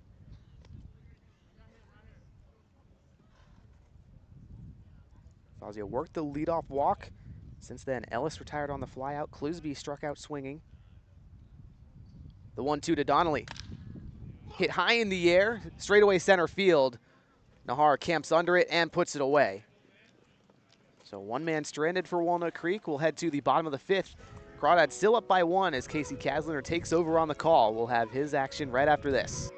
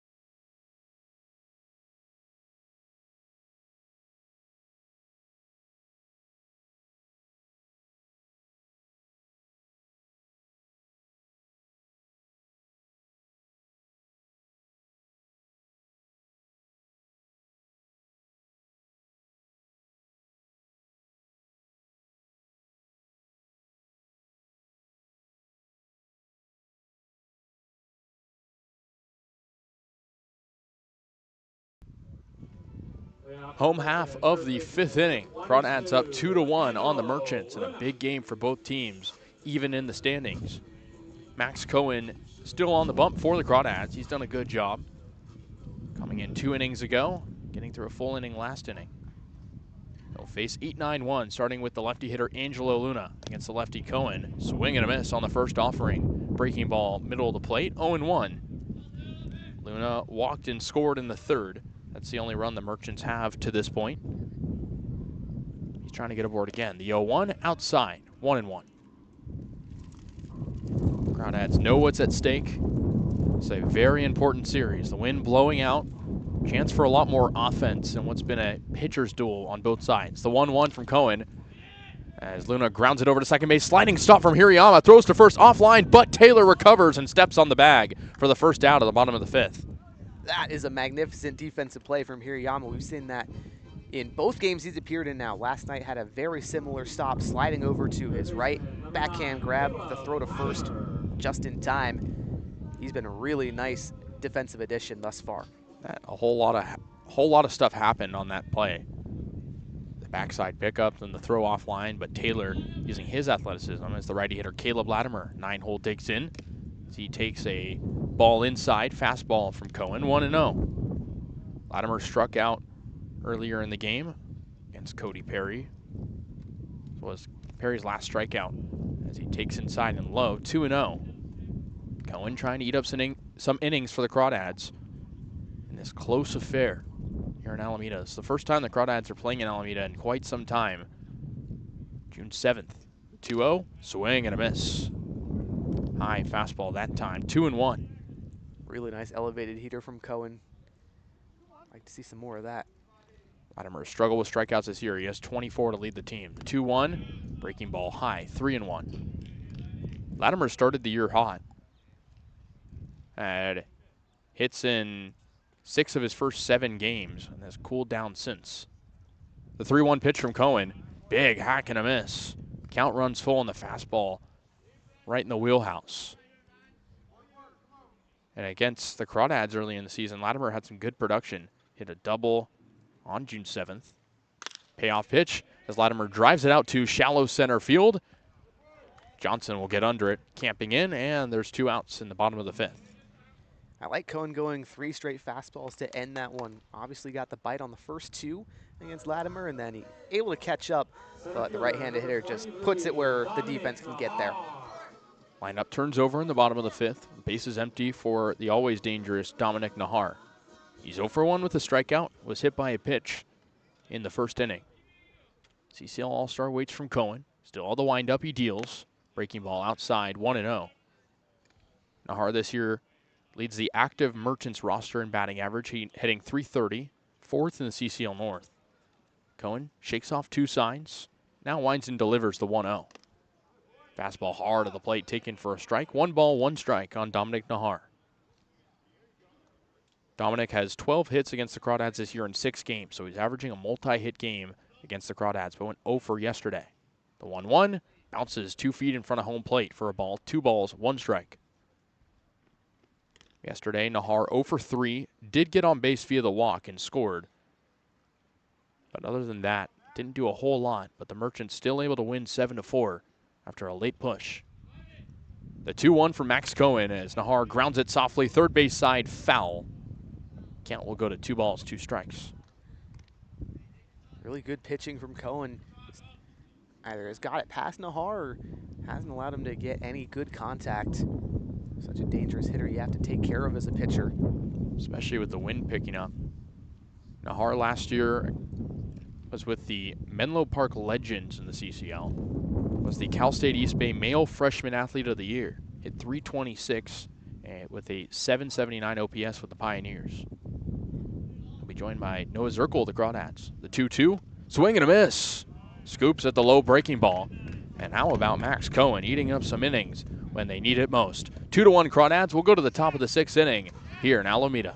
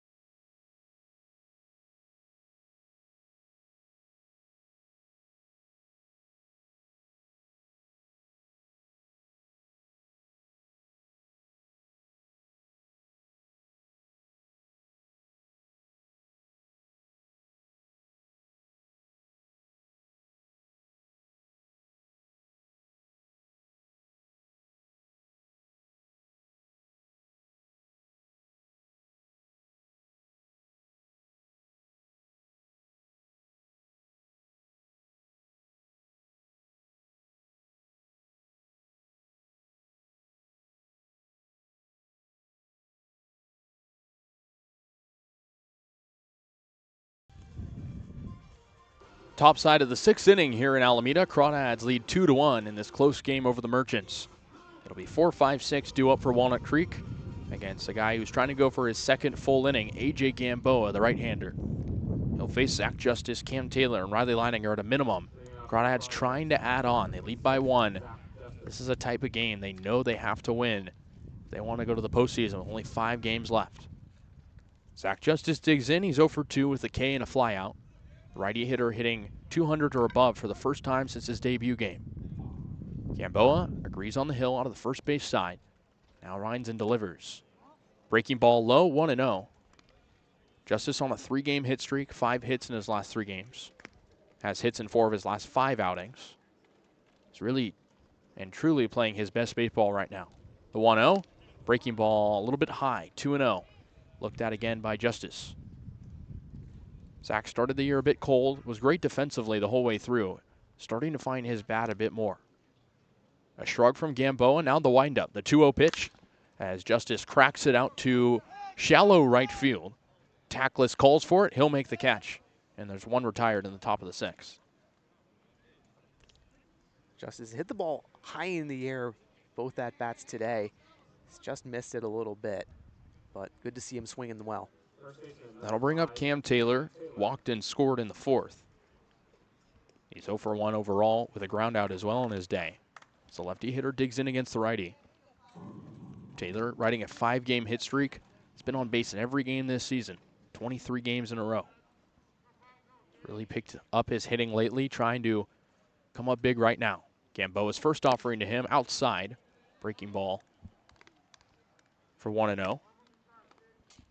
Taylor has kept the strikeouts down as well. Hasn't struck out in 2 games, although he does lead the team in Ks. Practice hack from him. Gamboa agrees. Now the 1-0 from the windup.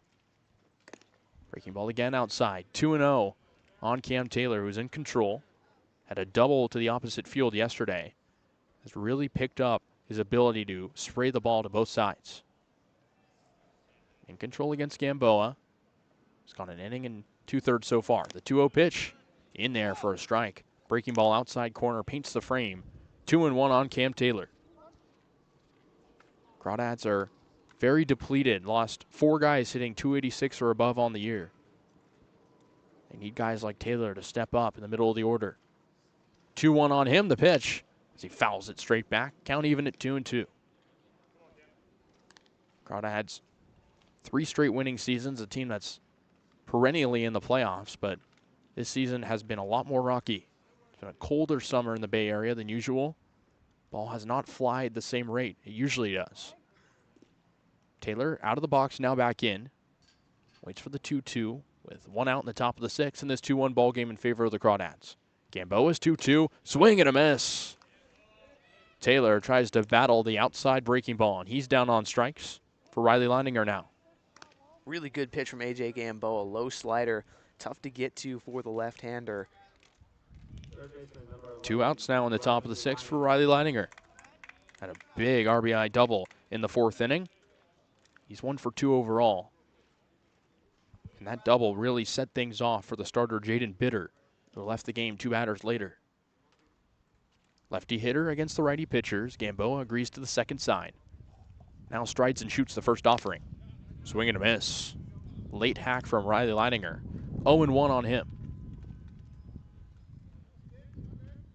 Crawdads can really only afford to lose 1 game, and even then, they wouldn't control their own destiny. The 0-1, as Leininger pops it up in the air, middle of the infield. It's actually going to be the 3rd baseman, Latimer, and it's going to fall. Latimer called for it, but he wasn't there, and that's going to be an infield single for Riley Leininger, his 2nd hit of the ball game. Yeah, big defensive miscue. Gamboa was kind of on the mound. He wasn't really looking up at it, and Latimer just got away from it. 2 outs in the top of the 6th. Now a man on first for Trey Johnson. Probably didn't expect to come up after seeing that ball hit high in the air. But nonetheless, the inning stays alive for Walnut Creek. Gamboa will go out of the stretch against Trey. He's 0 for 1 with a walk and a K. He's hit well this year for the Crawdads. Mentioned the depleted roster. He's 2nd in hits on the team right now. Has 23. Reached 100 at-bats on the year yesterday. Only the 2nd Crawdad to do so this year. Gamboa receives the ball.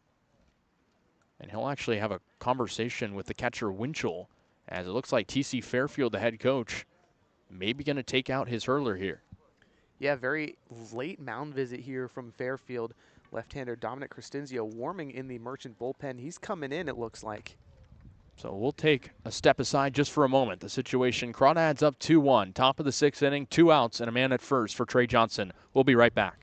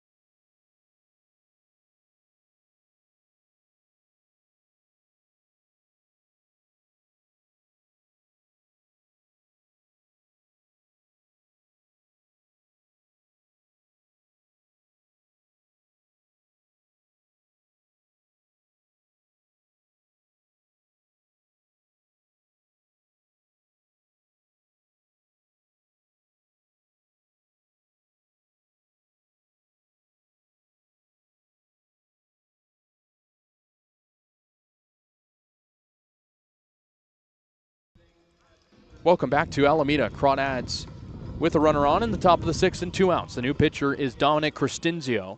The left-hander will face the lefty first, Trey Johnson.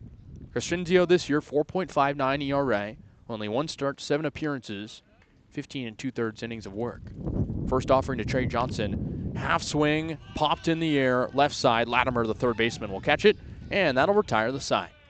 We will go to the bottom of the 6th inning. Crawdads got a single, but that's all. Crawdads up 2-1.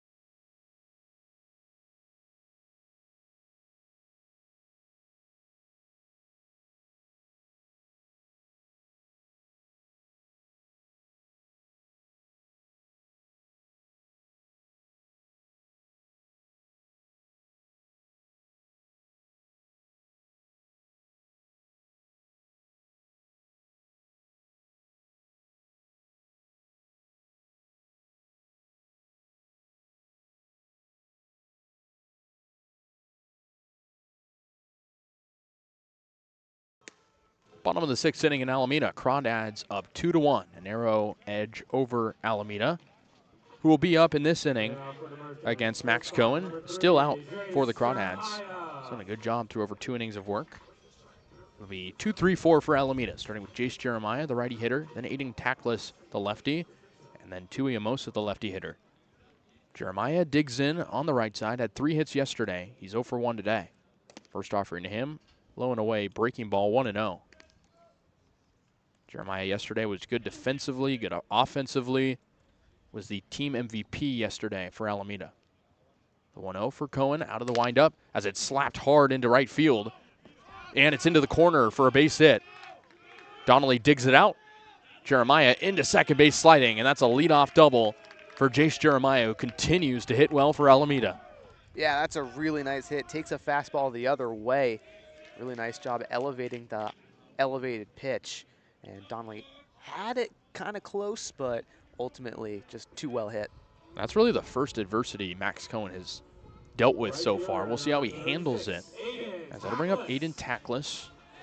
Got a base hit of his own in the third, a big one. RBI single to bring in Luna to give the Merchants a 1-0 lead at the time, as Crawdads pitching coach and former Merchants coach Dustin Cheney will have a conversation with the infielders and the hurler Max Cohen. Yeah, it looks like there is some action in the Crawdad bullpen. Halen Guerrero scheduled to be the next guy out of the pen. He's warming up. Cohen has done some good work for the Crawdads so far in this game. Might be one of those games where the Crawdads have to play chess in a 2-1 game, tying runner at second base potentially. Jeremiah yesterday, we talked about his big day. 2 RBIs on 3 hits, all of which were singles. Also had a stolen base. 11 of those on the year. He has speed. Guy that could easily score here on a lazy base hit. Cohen will stay in the game for now. He'll face off against Tackless. 1 for 2. We mentioned the RBI single he had in the third. Tying runner at second base. No outs in the bottom of the 6th in this 2-1 ball game in favor of the Crawdads. Lefty on lefty matchup. As Cohen toes the third base side of the rubber. Now comes set. Now he pushes down the hill. Fastball in there for a strike. On Tackless, 0-1. Tackless in the transfer portal out of Manhattan College. Hit .370 lifetime at San Mateo, where he did his JUCO work before going to Manhattan. The 0-1, breaking ball in there for a strike. Same location, quickly 0-2 as Max Cohen's in control on Tackless. Yeah, really nice recovery after the leadoff double in this inning. Cohen painting the zone. See where he goes on the 0-2 as he looks in for the sign with his glove tucked in on his jersey. Now comes set at the chest. Looks over at second, now home. The 0-2, fastball just outside. A close miss for Cohen, and it's 1-2. Tackless this year, pretty solid hitter. Only hitting .200, but he's had 7 hits in 11 games. So he's pretty reliable to get at least 1 hit in a game, albeit the low batting average. Cohen's 1-2 offering fouls it straight back. Tackless stays alive, 1-2 still. Crawdads have struggled offensively against the Merchants this year. Today has been no exception so far. Only scoring 2 runs, but Crawdad pitching has done a great job holding Alameda to just 1 run so far. See if they can keep that going. Cohen has a 1-2 advantage over Tackless. The man at second and nobody out. The offering, breaking ball outside, 2-2 now on Tackless. Jeremiah taking a healthy lead over at second base. The big question is, will the Alameda Merchants buy into the playoffs if they make it? Speculation says they will. A lot of people in the close circle of the team have said they likely will, but still a question mark. They have to make it in first, though. The 2-2 from Cohen, as it's roped to the right side, into right field for a base hit. Jeremiah turns at third. He'll stay there, and it's a single for Tackless, his second single of the game. Runners on the corners with nobody out in the bottom of the 6th. Unsung hero on that play, Joey Donnelly, really charged it from right field and put in a nice throw to hold Jeremiah. But still a very tricky situation for the Crawdads. Cohen has to be increasingly careful here. Back-to-back knocks allowed to the right side by Max Cohen. Runners on the corners in a dangerous spot for Tui Amosa. Amosa 0 for 2 today. Hasn't had the most optimal start to the year. It's only his 4th game played. Cohen looks over at first. Throws over there as Tackless back in without a slide. Nice little leg kick pickoff move there from Cohen. We'll see how he approaches Tackless on the first base side.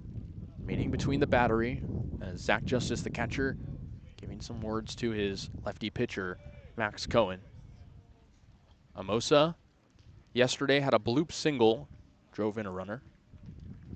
It's his lone hit of the year. Debuted over the weekend in slow. So the Merchants made the trip. First offering to Amosa, outside fastball, 1-0. Wind really picking up. This is the time to hit as it's blowing out to right. If Amosa can pull one, it might go deep. Cohen comes set on the hill. Now brings it down.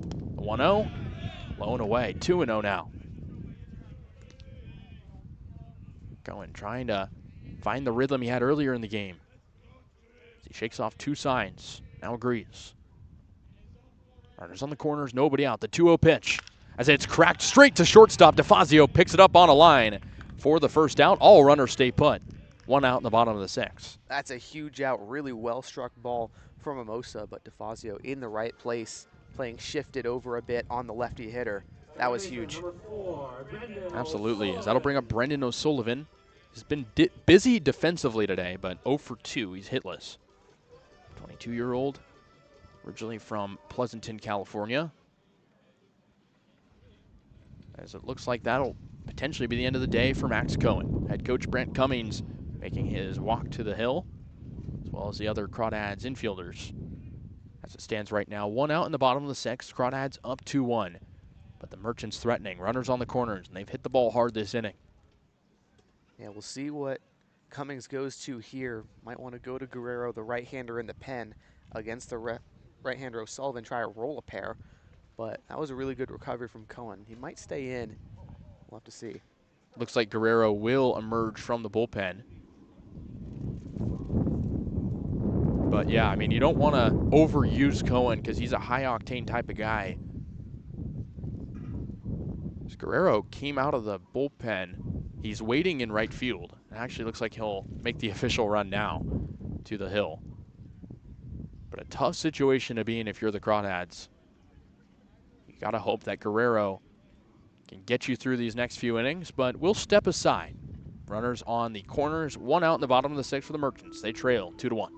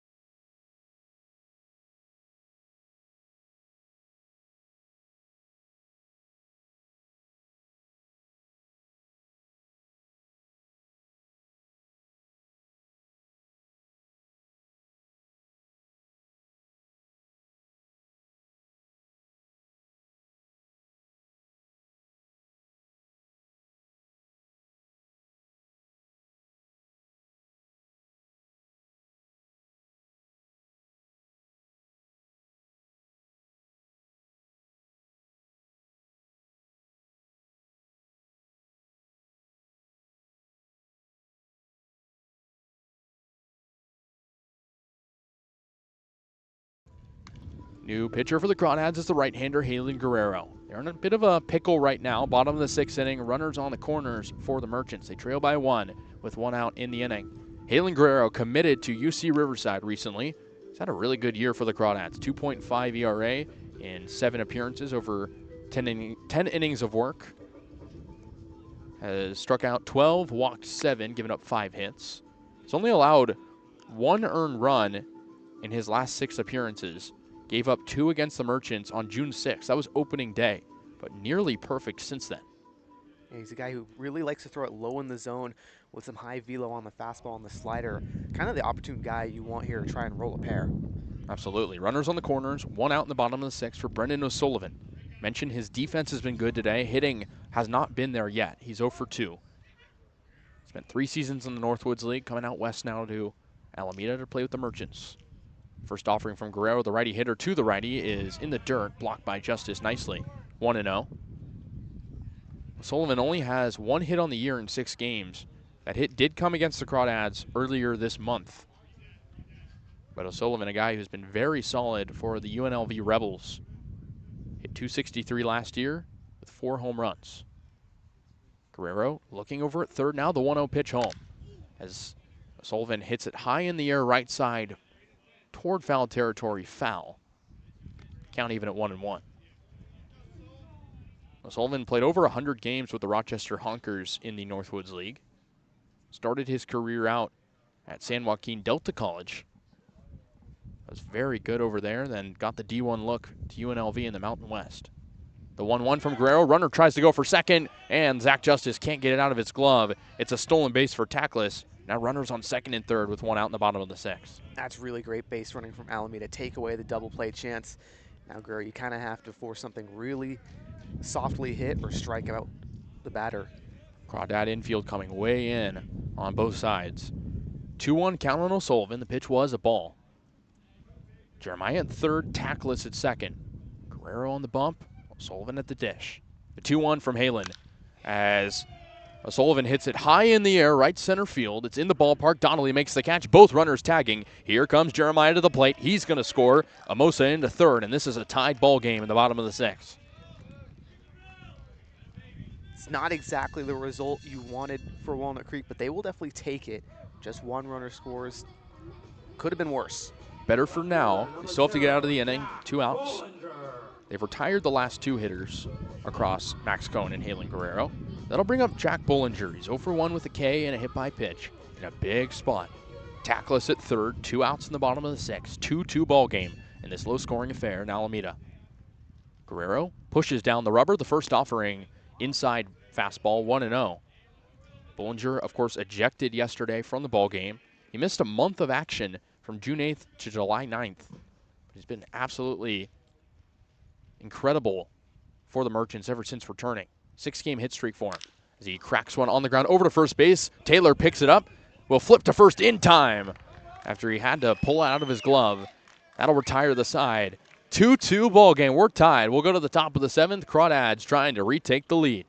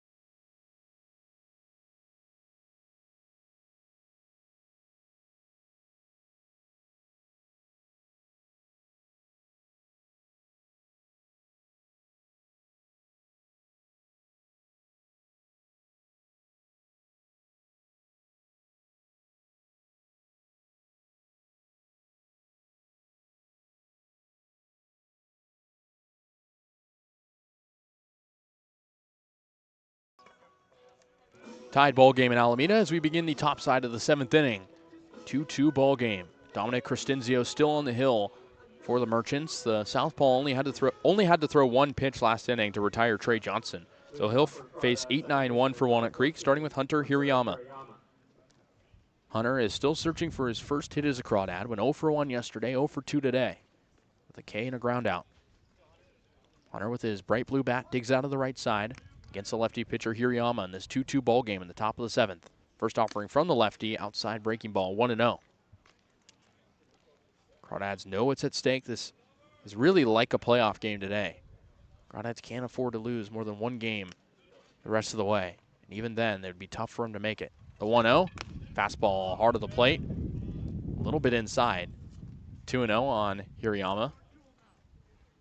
Hunter's the 4th St. Mary's Gale to suit up for the Crawdads in 2025. Bit of a pipeline from Moraga to Danville. Hitters count for Hunter. The 2-0. Fouls it straight back. 2-1 on Hirayama. 22 years old from Hawaii originally. One of the top shortstops in his class out of the class of 2021. Had a 300 batting average his senior year at St. Louis School. 2-1 count on him as Cristinzio looks in for the sign, now set at the chest. Takes a breath, now fires a 2-1. Breaking ball in there for a strike at the knees. 2-2 on Hirayama, who played in the West Coast League in 2022 with the Portland Pickles.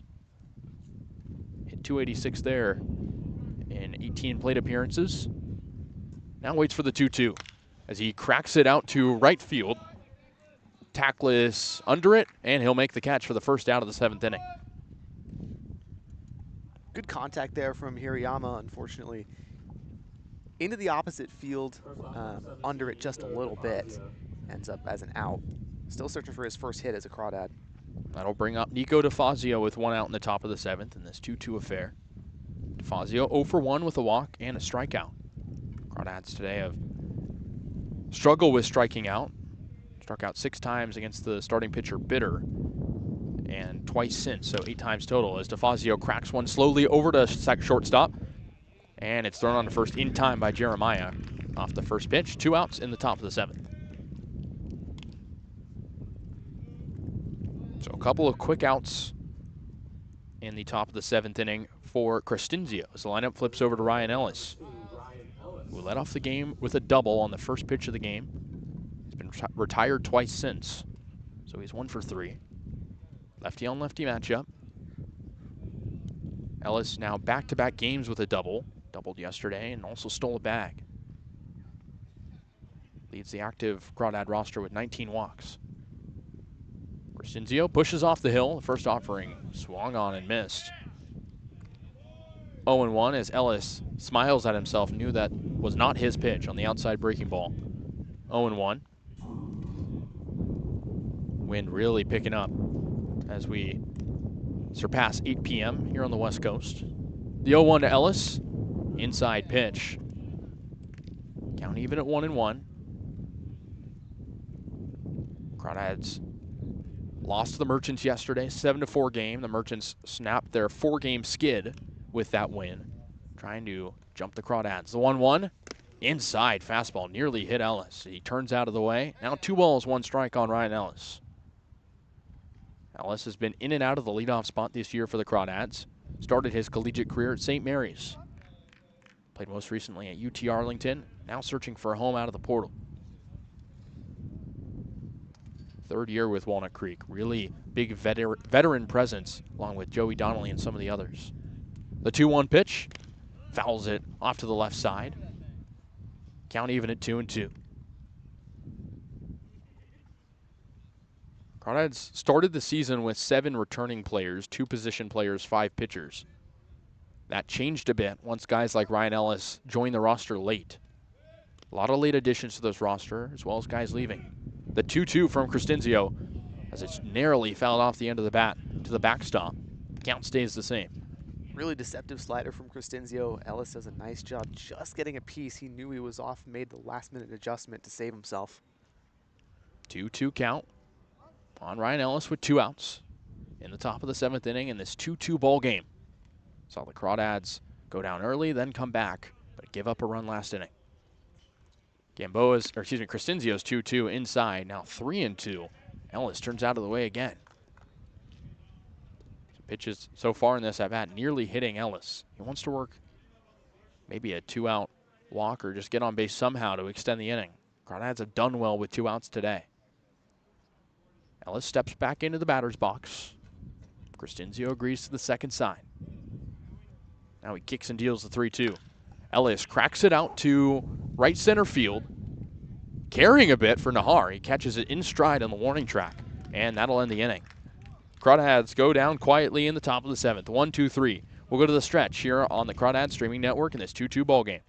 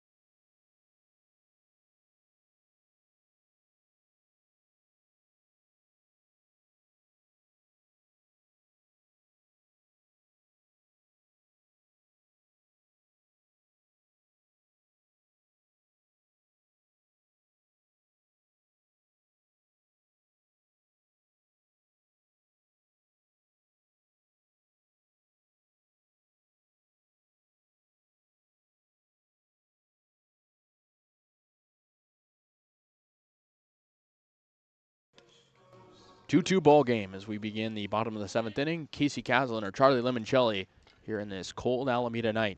Hayden Guerrero still in for the Crawdads. He got 2 outs last inning. Came in for Max Cohen. Did a good job in relief. Each team with 2 runs, like I said. Each team with 3 hits as well. It's been a similar game on both sides. 7-8-9 due up for Alameda, starting with Riley Winchell, the catcher. Righty-on-righty matchup. That's the first offering from Guerrero. Inside, 1-0 on the fastball. Winchell, a pretty forgettable day so far. Hit into a double play and popped out. The bottom of the order hasn't done much today for the Merchants. 1-0. Fastball inside again. 2-0. Quickly on Riley Winchell, who's been good lately.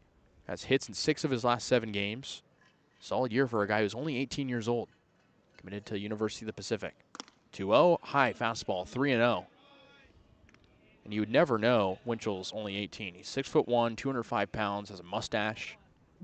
Looks like a grown baseball player. The 3-0 pitch. Fastball inner called a strike. 3-1.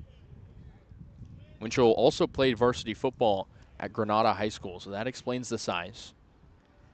Guerrero winds and deals the 3-1. Swing and a miss. Fastball at the letters. Count runs full. Nobody out in the bottom of the 7th in this 2-2 ball game. Winchell, first team All-EBAL at Granada during his senior year. He just finished. The 3-2. Grounds it foul off his foot.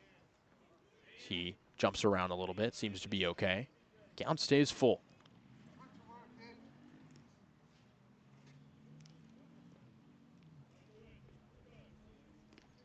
Winchell, like I said, a good hitter for a catcher. Hitting .250 on the year. Hasn't gotten as much playing time as other guys. Big kind of catcher by committee. 3-2 is slapped left side into the glove of Leininger at third. Picks it up, throws to first in time. The first out at the bottom of the 7th. That was a really nice throw from Leininger. He's had a little bit of trouble earlier on in this season with the fielding. Popped up a couple times this weekend against Sonoma, but that perfect field, perfect throw. That's what he's capable of. 1 out in the bottom of the 7th after the good defensive play from Leininger. That'll bring up Angelo Luna. He walked and scored in the 3rd, grounded out in the 5th. Guy who's struggled these past 7 games or so, only 1 hit in his last 7 coming into today. First offering from Guerrero to the lefty hitter inside, 1-0 on the fastball. Luna out of Pittsburgh, California, not too far from here. Committed to St. Edward's University at the D2 level. Well-respected program. The 1-0 from Guerrero as he winds and deals. Hack and a miss, outside corner breaking ball. Count even at 1-1. A few big leaguers come out of St. Edward's University, most notably Roger Metzger, who won a Gold Glove, had a decade-long career. Luna maybe trying to be the next Metzger. The 1-1 as he drives it out to shallow right field. It's going to drop in front of Joey Donnelly for a base hit. That's how you get off a skid for Luna as he cruises into first, and that's a 1-out single in the bottom of the 7th. That's a really great piece of hitting out in front of the breaking ball from Guerrero and just puts it on the pull side. So Guerrero will go to the stretch for the first time. 9-hole hitter and third baseman Caleb Latimer digs in. 0 for 2 with a strikeout and a flyout. Latimer leads the team in strikeouts with 24. Mentioned the hot start to the year earlier. Hasn't really done the same production as he fouls it left side. First offering from Guerrero, 0-1. Latimer committed to Oklahoma Baptist, started at the JUCO level at Coalinga College. Guerrero set at the belt with 1 out in the bottom of the 7th. The 0-1 pitch to Latimer. Popped up behind home plate. Justice trying to track it down. He'll make the catch in foul territory. 2 outs in the bottom of the 7th. Really athletic play from Justice. Not, the hardest fly ball in the world to get back there behind the dish, but he hasn't been tested a lot on those throughout the season. Runner still at first is Angelo Luna. 2 outs in the bottom of the 7th as the lineup turns over to Dominic Nahar, who hasn't been able to figure out the Crawdads in this series so far, albeit the great year. First offering to the righty hitter, fouls it straight back, 0-1. Clouds succumbing over Blair Field here in Alameda. 0-1 on Nahar. Guerrero agrees to the sign. Now the 0-1 pitch. Fastball in there for a strike. Dominic quickly in an 0-2 hole. Guerrero dialing up the heat on the best hitter for the Merchants right now. I love the aggression. Nahar, like you mentioned, really good hitter. 330 average at this point. The 0-2 pitch. Hit high up in the air, left side of the infield. It's going to be the third baseman Leininger to grab it. Snow cone catch for him, and that'll end the inning. We'll go to the top of the 8th. It's a close one. 2-2. Crawdads and Merchants here on the Crawdads Streaming Network.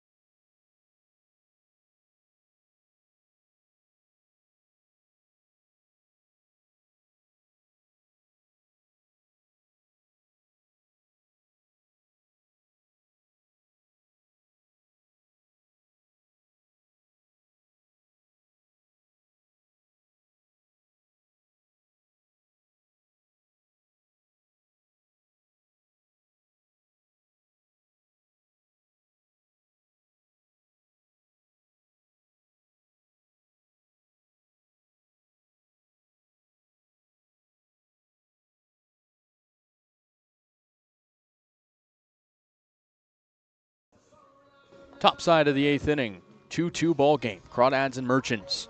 Walnut Creek trying to break this one open here in the late part of this game. Dominic Cristinzio still in for the Merchants, trying to get through 2 innings. Brandon Clisby will lead things off. 2-3-4 up in this inning for the Crawdads. Clisby has struggled today. 2 strikeouts and a ground out. He's 0 for 3. As he digs out of the right side against the lefty pitcher, Cristinzio. He's done a pretty good job in relief. Clisby was talking to us pregame. Really wants to hit a home run today. First offering to him, high fastball, 1-0. Clisby, one of the 4 position player all-stars for the Crawdads. Also a home run derby participant last week. Out of New Mexico State, played his high school ball in Danville. The 1-0, another fastball high, same location. Quickly 2-0 on Brandon Clisby. 254 hitter on the year. Yet to find a home run, but he has 10 RBIs on a pair of doubles. Started the season with 4 straight multi-hit games. Looking to find some similar production here. Hitters count on him. The 2-0 in the dirt. Another fastball from Cristinzio. 3-0. Clisby in full control right now. 3-0 count on him. Nobody out in the top of the 8th. The big hitter, Joey Donnelly, on deck. Cristinzio stares in for the sign, pushes off the rubber. The 3-0 in there for a strike. Another fastball down the heart of the plate. 3-1 on Clisby. Pretty fast player for a catcher. Has some wheels if he can get on. The 3-1. See, he pops it high up in the air, right side foul territory. It's going to drop out of play to bring the count full. Yeah, he's got those wheels. He's kind of lanky, Casey. Big 6'1" build, but under 200 pounds. Moves very fluidly. Only has 3 stolen bases on the year, but at Monte Vista had plenty of opportunities to go. 3-2 count on him. He hits one high up in the air, shallow right field. Tackless, waves it off. He'll make the catch for out number 1 at the top of the 8th. So Clisby retired. That brings up Joey Donnelly. Was busy in the 4th inning, walked, stole a base, and eventually scored. He's hitless today. 0 for 2 otherwise. Trying to be a big contributor yet again for the Crawdads. On a 10-game hit streak, now a 13-game on-base streak. Base is empty in the top of the 8th. 1 out. Cristinzio trying to eat up some more innings. First offering to Donnelly. Big wave and a miss. Donnelly way early on the breaking ball. 0-1. Speaking of speed, Donnelly leading active Crawdads in stolen bases with 7. Another guy who can make a run for it. The 0-1. Breaking ball outside, 1-1 on Joey Donnelly, whose OPS just dipped a hair under 1,000, currently at 999, after being 1,000 for basically the entire season. The 1-1 from Crescenzio, as it's hit high and deep out to right field. It's going to hook foul. Count now at 1-2 on Joey Donnelly. Man, he ripped it into right field. Unfortunately, just a touch early. Otherwise, I think that probably leaves the yard if it's fair. Donnelly has 2 home runs on the year, 10 total extra base hits. He leads the team in doubles with 8. 1-2 count on him. Crescenzio from the windup, the 1-2, as Donnelly hits it slowly over to second base. O'Sullivan scoops, throws to first in time, and there's 2 outs in the top of the 8th. It's really good hustle. Donnelly was just late by a hair, as that was a very slow ground ball in the infield grass. But O'Sullivan makes a good play on it. 2 outs in the top of the 8th for Zach Justice. And O'Sullivan today has been very busy and effective at second base. Has had his work cut out for him, but he's done a good job. That'll bring up the catcher, Zach Justice, on a 3-game hit streak, but hitless today.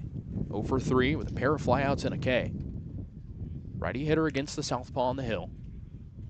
Zach Justice trying to relieve his day. First offering outside, 1-0 on the breaking pitch. Justice in his 2nd year in summer ball, played baseball in the Northwoods League last year. One of the top-ranked players out of Oregon when he graduated from high school over at Summit in Bend, Oregon. The 1-0 pitch from Crescenzio, fouled straight back. 1-1 now. Crawdads last year overwhelmingly led the league in home runs with 34. Justice leads them this year with only 3, a team that doesn't hit a whole lot of bombs. Crescenzio set at the belt, looks in for the sign, the 1-1, as Justice hits it high and shallow out to left center field, or excuse me, just straightaway left field. Bollinger puts the glove up, makes the catch. Another 1-2-3 inning, 2nd in a row now for the Crawdads. We'll go to the bottom of the 8th here in Alameda, 2-2 ball game.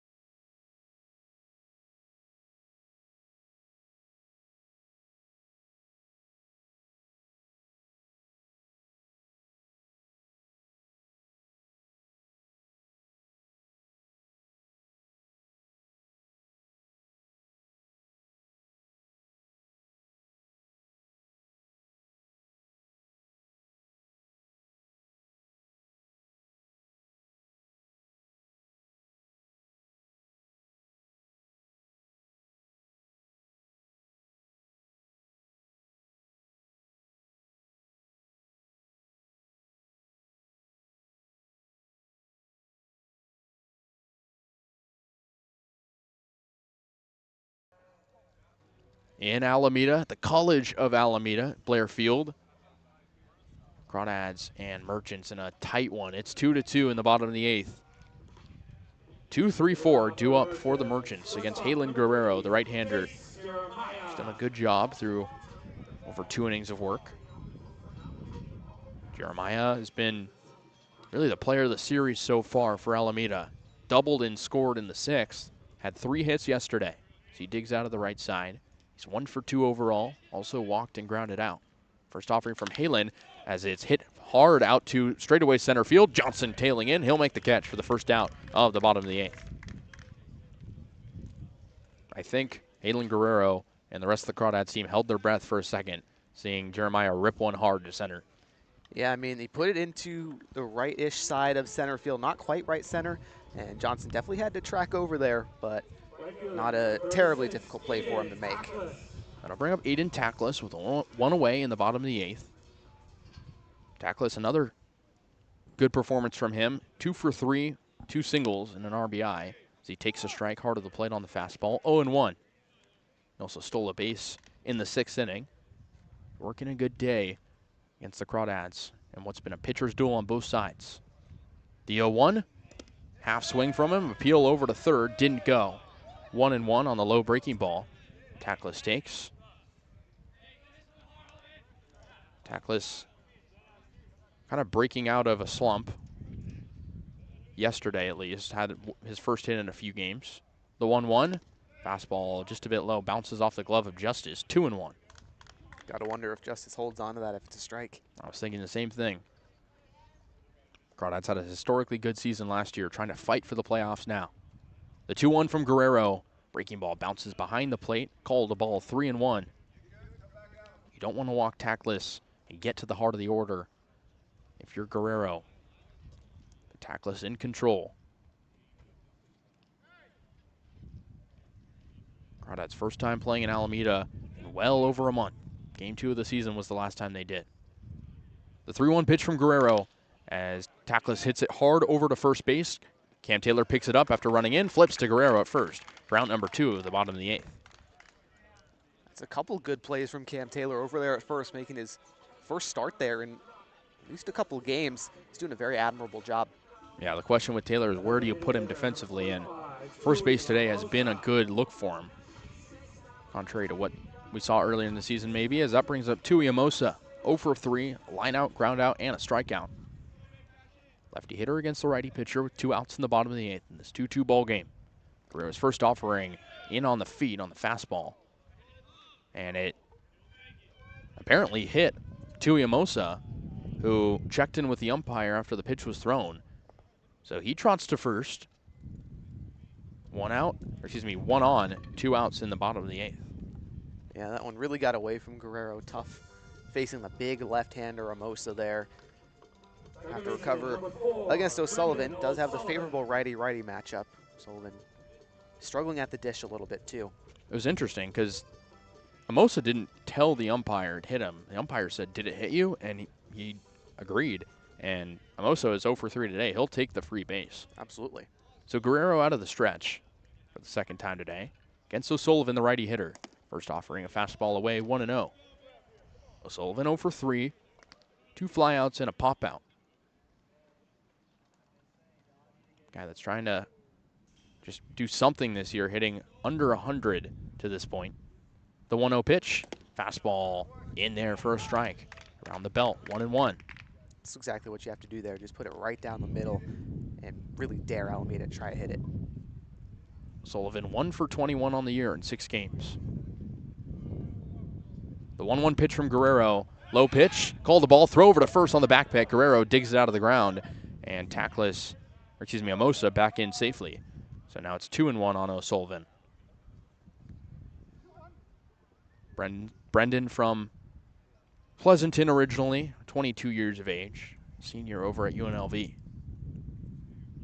His Merchant teammate, Chase Ditmar, also a Rebel.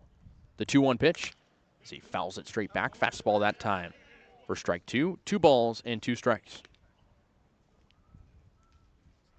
Have not seen much offense in this game. Last run we saw was in the bottom of the 6th inning when the Merchants were able to tie it up. 2 early runs for the Crawdads in the 4th, and then before that, the Merchants got 1 in the 3rd in this 2-2 game. The 2-2 pitch, Sullivan takes low and away. Full count. Big pitch coming up with 2 outs and a man on first in the bottom of the 8th.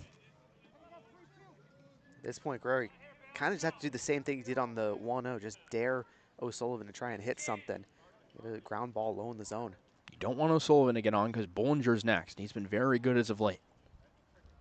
At the belt for Guerrero, ready for the payoff. Here it comes. Runner goes. The pitch as it's grounded softly over to short. DeFazio scoops, throws to first in time, and that'll end the 8th. Still a 2-2 game. We go to the 9th inning. Crawdads and Merchants knotted up at 2.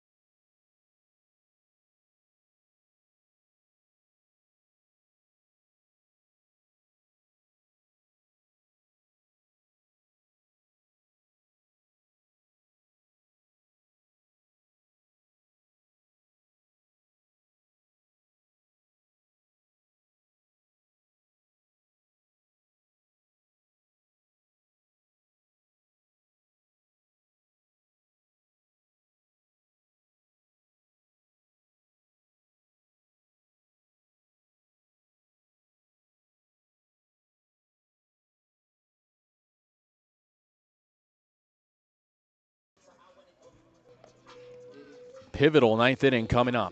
Top side of it here in Alameda. Crawdads due up. 3 lefties. 5, 6, 7. Taylor, Leininger, Johnson against Dominic Cristinzio, who's out again after going over 2 innings of work so far. A lefty will face 3 lefties, like I said. Cam Taylor will dig in first. He's 0 for 2, scored off a walk, grounded out and struck out. His 5-game hit streak in jeopardy, but he's still on his on-base streak now to 24 games. Crawdads want to break open this game. Gridlocked 2-2 with the Merchants. First offering from Cristinzio in there for a strike. Breaking ball outer part of the plate. 0-1. Taylor's been pushing the ball the other way lately. Can also pull it. He's had a doubles in 2 of his last 3 games. The 0-1. Breaking ball just outside. A good take from Taylor on the close pitch. 1-1. Yeah, really good eye. That breaking ball looped towards the knees, finally buckled below. Cristinzio has done a very nice job so far for the Merchants. Wants to keep this game tied. The 1-1 after the shrug. Fastball just a bit low. Taylor takes 2-1. Taylor leads the team in strikeouts with 21, but his eye lately, as we see here, has been very astute. Takes a few practice cuts, now digs back in. Waits for the 2-1 for Cristinzio. Feels like a playoff game here in Alameda on a cold night. The 2-1, fastball low, taken 3-1. Crawdads want to win out and potentially go to the playoffs. They do control their own destiny if they can win the last 5. It's a big ask, but it can all start today. 3-1 count on Taylor. Cristinzio comes set. Lefty on lefty matchup now brings it down the hill. The 3-1 breaking ball in there for a strike. Count goes full as Taylor thought he had ball 4. That was a really well executed pitch from Cristinzio. Leaves it in the umpire's hands at the knees. Gets the favorable call. Crawdads also have 2 games left against the Legends, in addition to playing Alameda 3 times.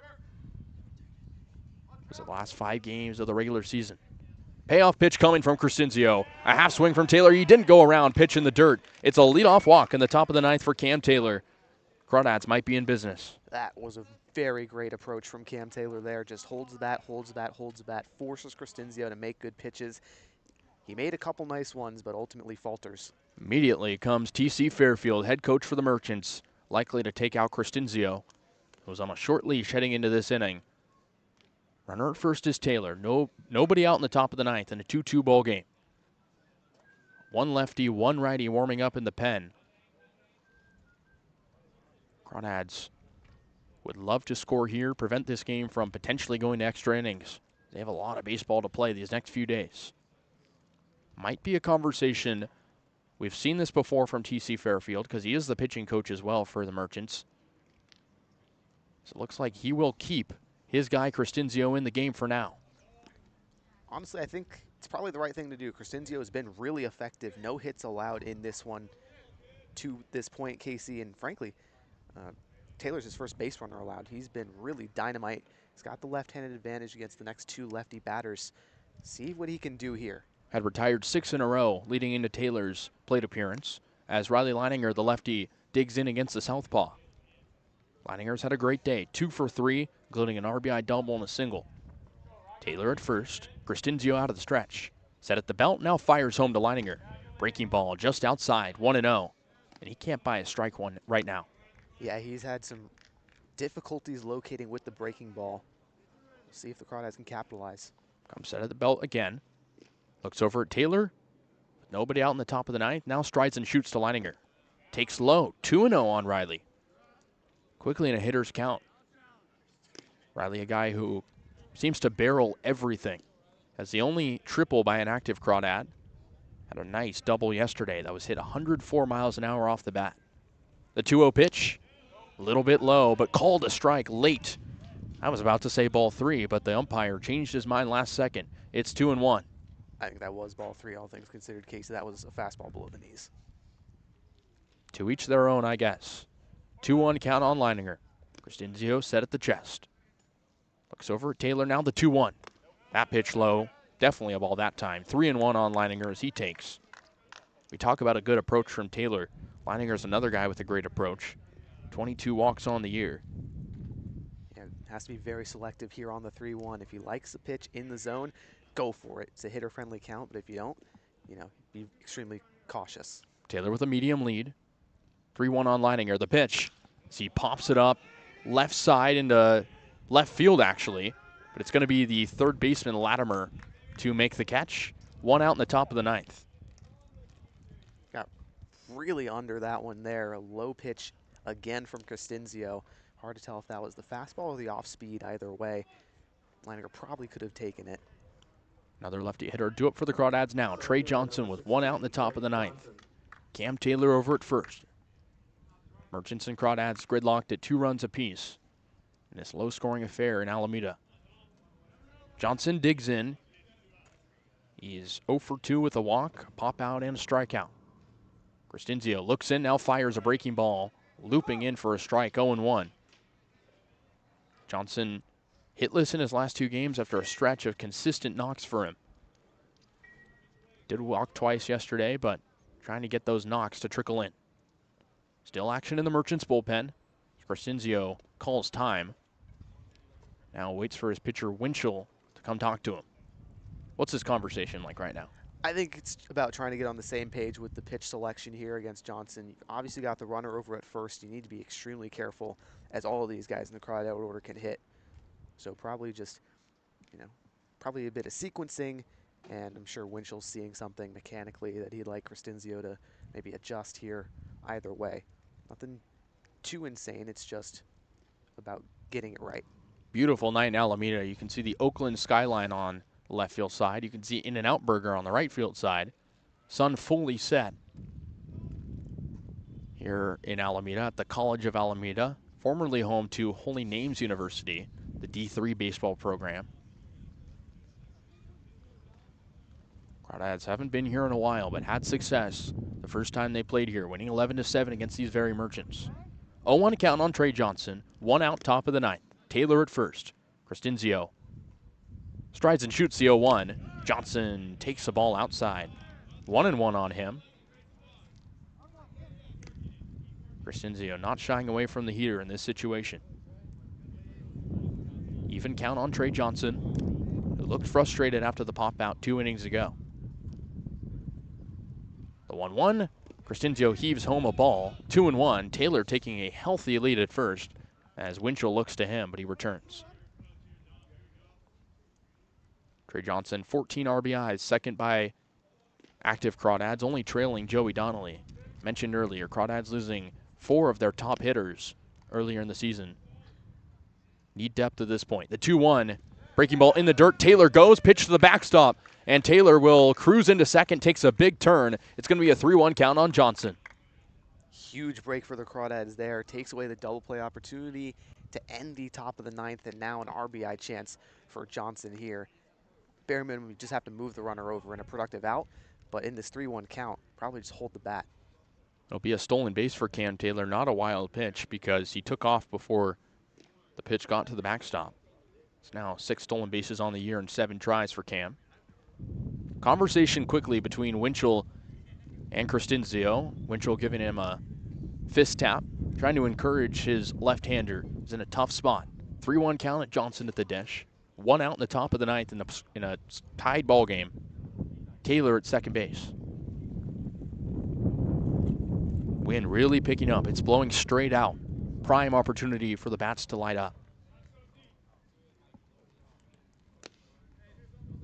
Crestinzio looking at second. Now brings it down the hill. The 3-1 inside fastball, ball 4. Trey Johnson walks for the second time today. First and second, 1 out in the top of the 9th. Really great at-bat from Trey Johnson. He knew Crestinzio was struggling, and I think this will probably do it for the left-handed hurler as TC Fairfield's coming out. Yep, here comes that second mound visit. He'll call to the bullpen. We'll step aside for a moment. 2 on, 1 out, top of the 9th. 2-2 ball game. Crawdads Merchants.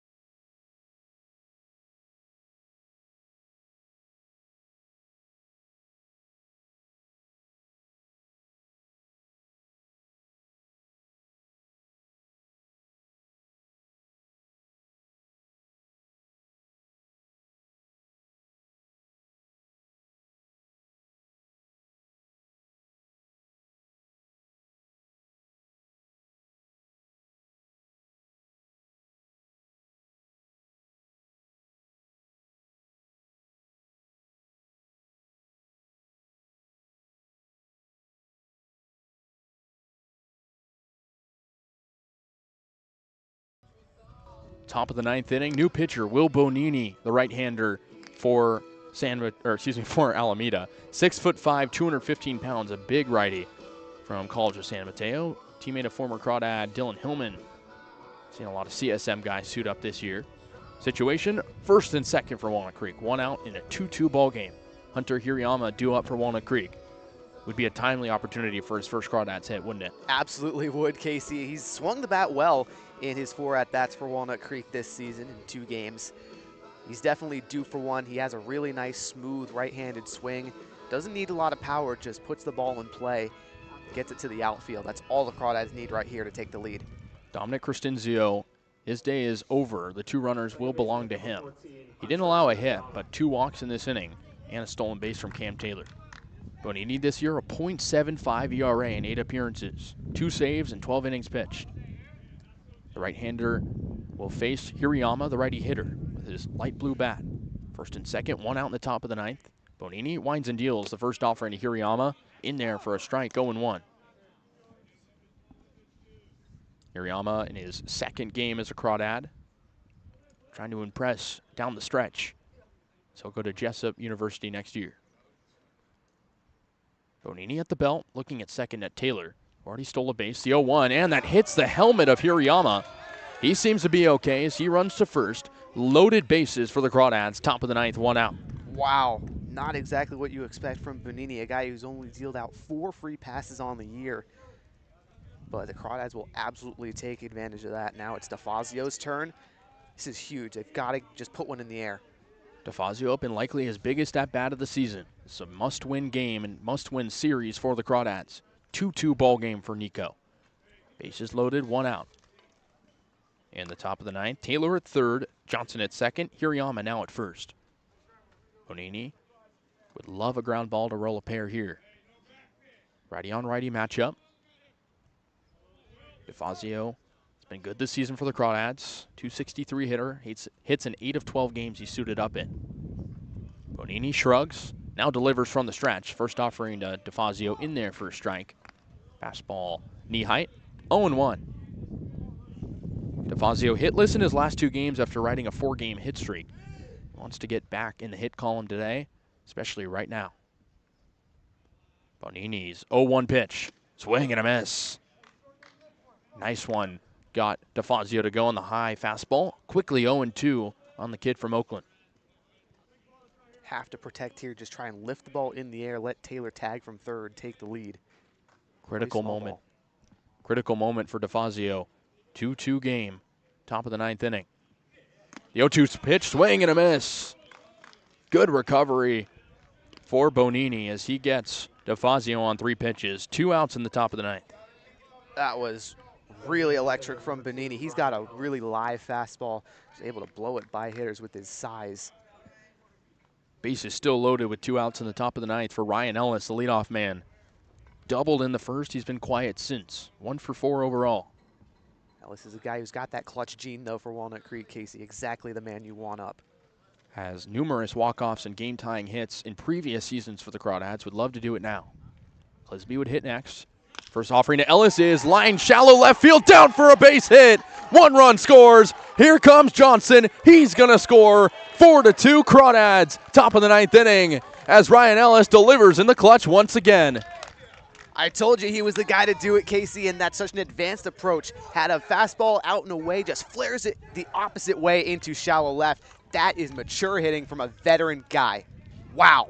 2 RBI single for Ryan Ellis, brings in Taylor and Johnson. It's a 4-2 ball game as the inning continues for Clisby. Those were RBIs 15 and 16 for Ellis on the year. Clisby up with runners on 1st and 2nd, 2 outs in the top of the 9th. Crawdad staying alive. First offering to Clisby, in there for a strike, breaking ball outside corner, 0-1.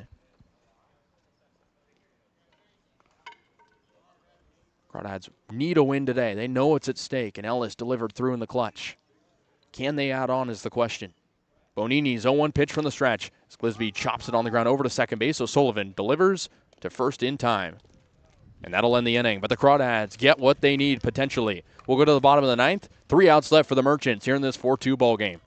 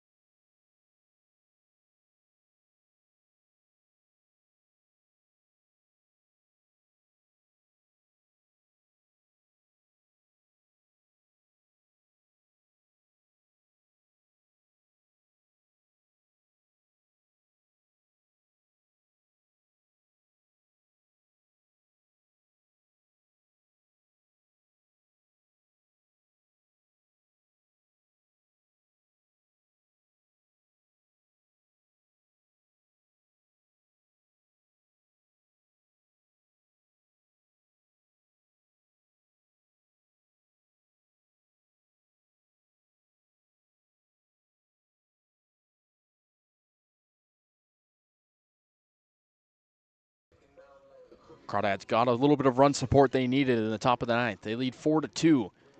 Halen Guerrero still on the hill for the Crawdads. He's going for the win. No save chance for him. Came in a couple of innings ago. So he'll face Jack Bollinger, Riley Winchell, and Angelo Luna. Pretty dangerous part of the order for the Merchants. They're down by 2, 3 outs left. Crawdads control their own destiny in the north. They have to win all 5 to clinch. Lefty hitter, righty pitcher is first offering from Guerrero outside to Bollinger, 1-0. I don't mind the approach there. An upstairs slider just misses the location on the lefty. The 1-0 pitch as it's hit to shallow left center field. It'll be Clisby to make the catch for the first out of the bottom of the ninth. Another good out for Brandon Clisby in left field today. I mean, not that they've been really hard to get to, but he's done the work in those routine outs. Merchants down to their final 2 outs. There's 3 games left, including this one between these two teams. They're both tied in the standings right now. The Merchants currently with the tiebreaker. That'll bring up Winchell, the first offering to him, high and away, fastball, 1-0. Winchell 0 for 3 today is hit into a double play, a ground out, and a pop out. Hitting .250 on the year.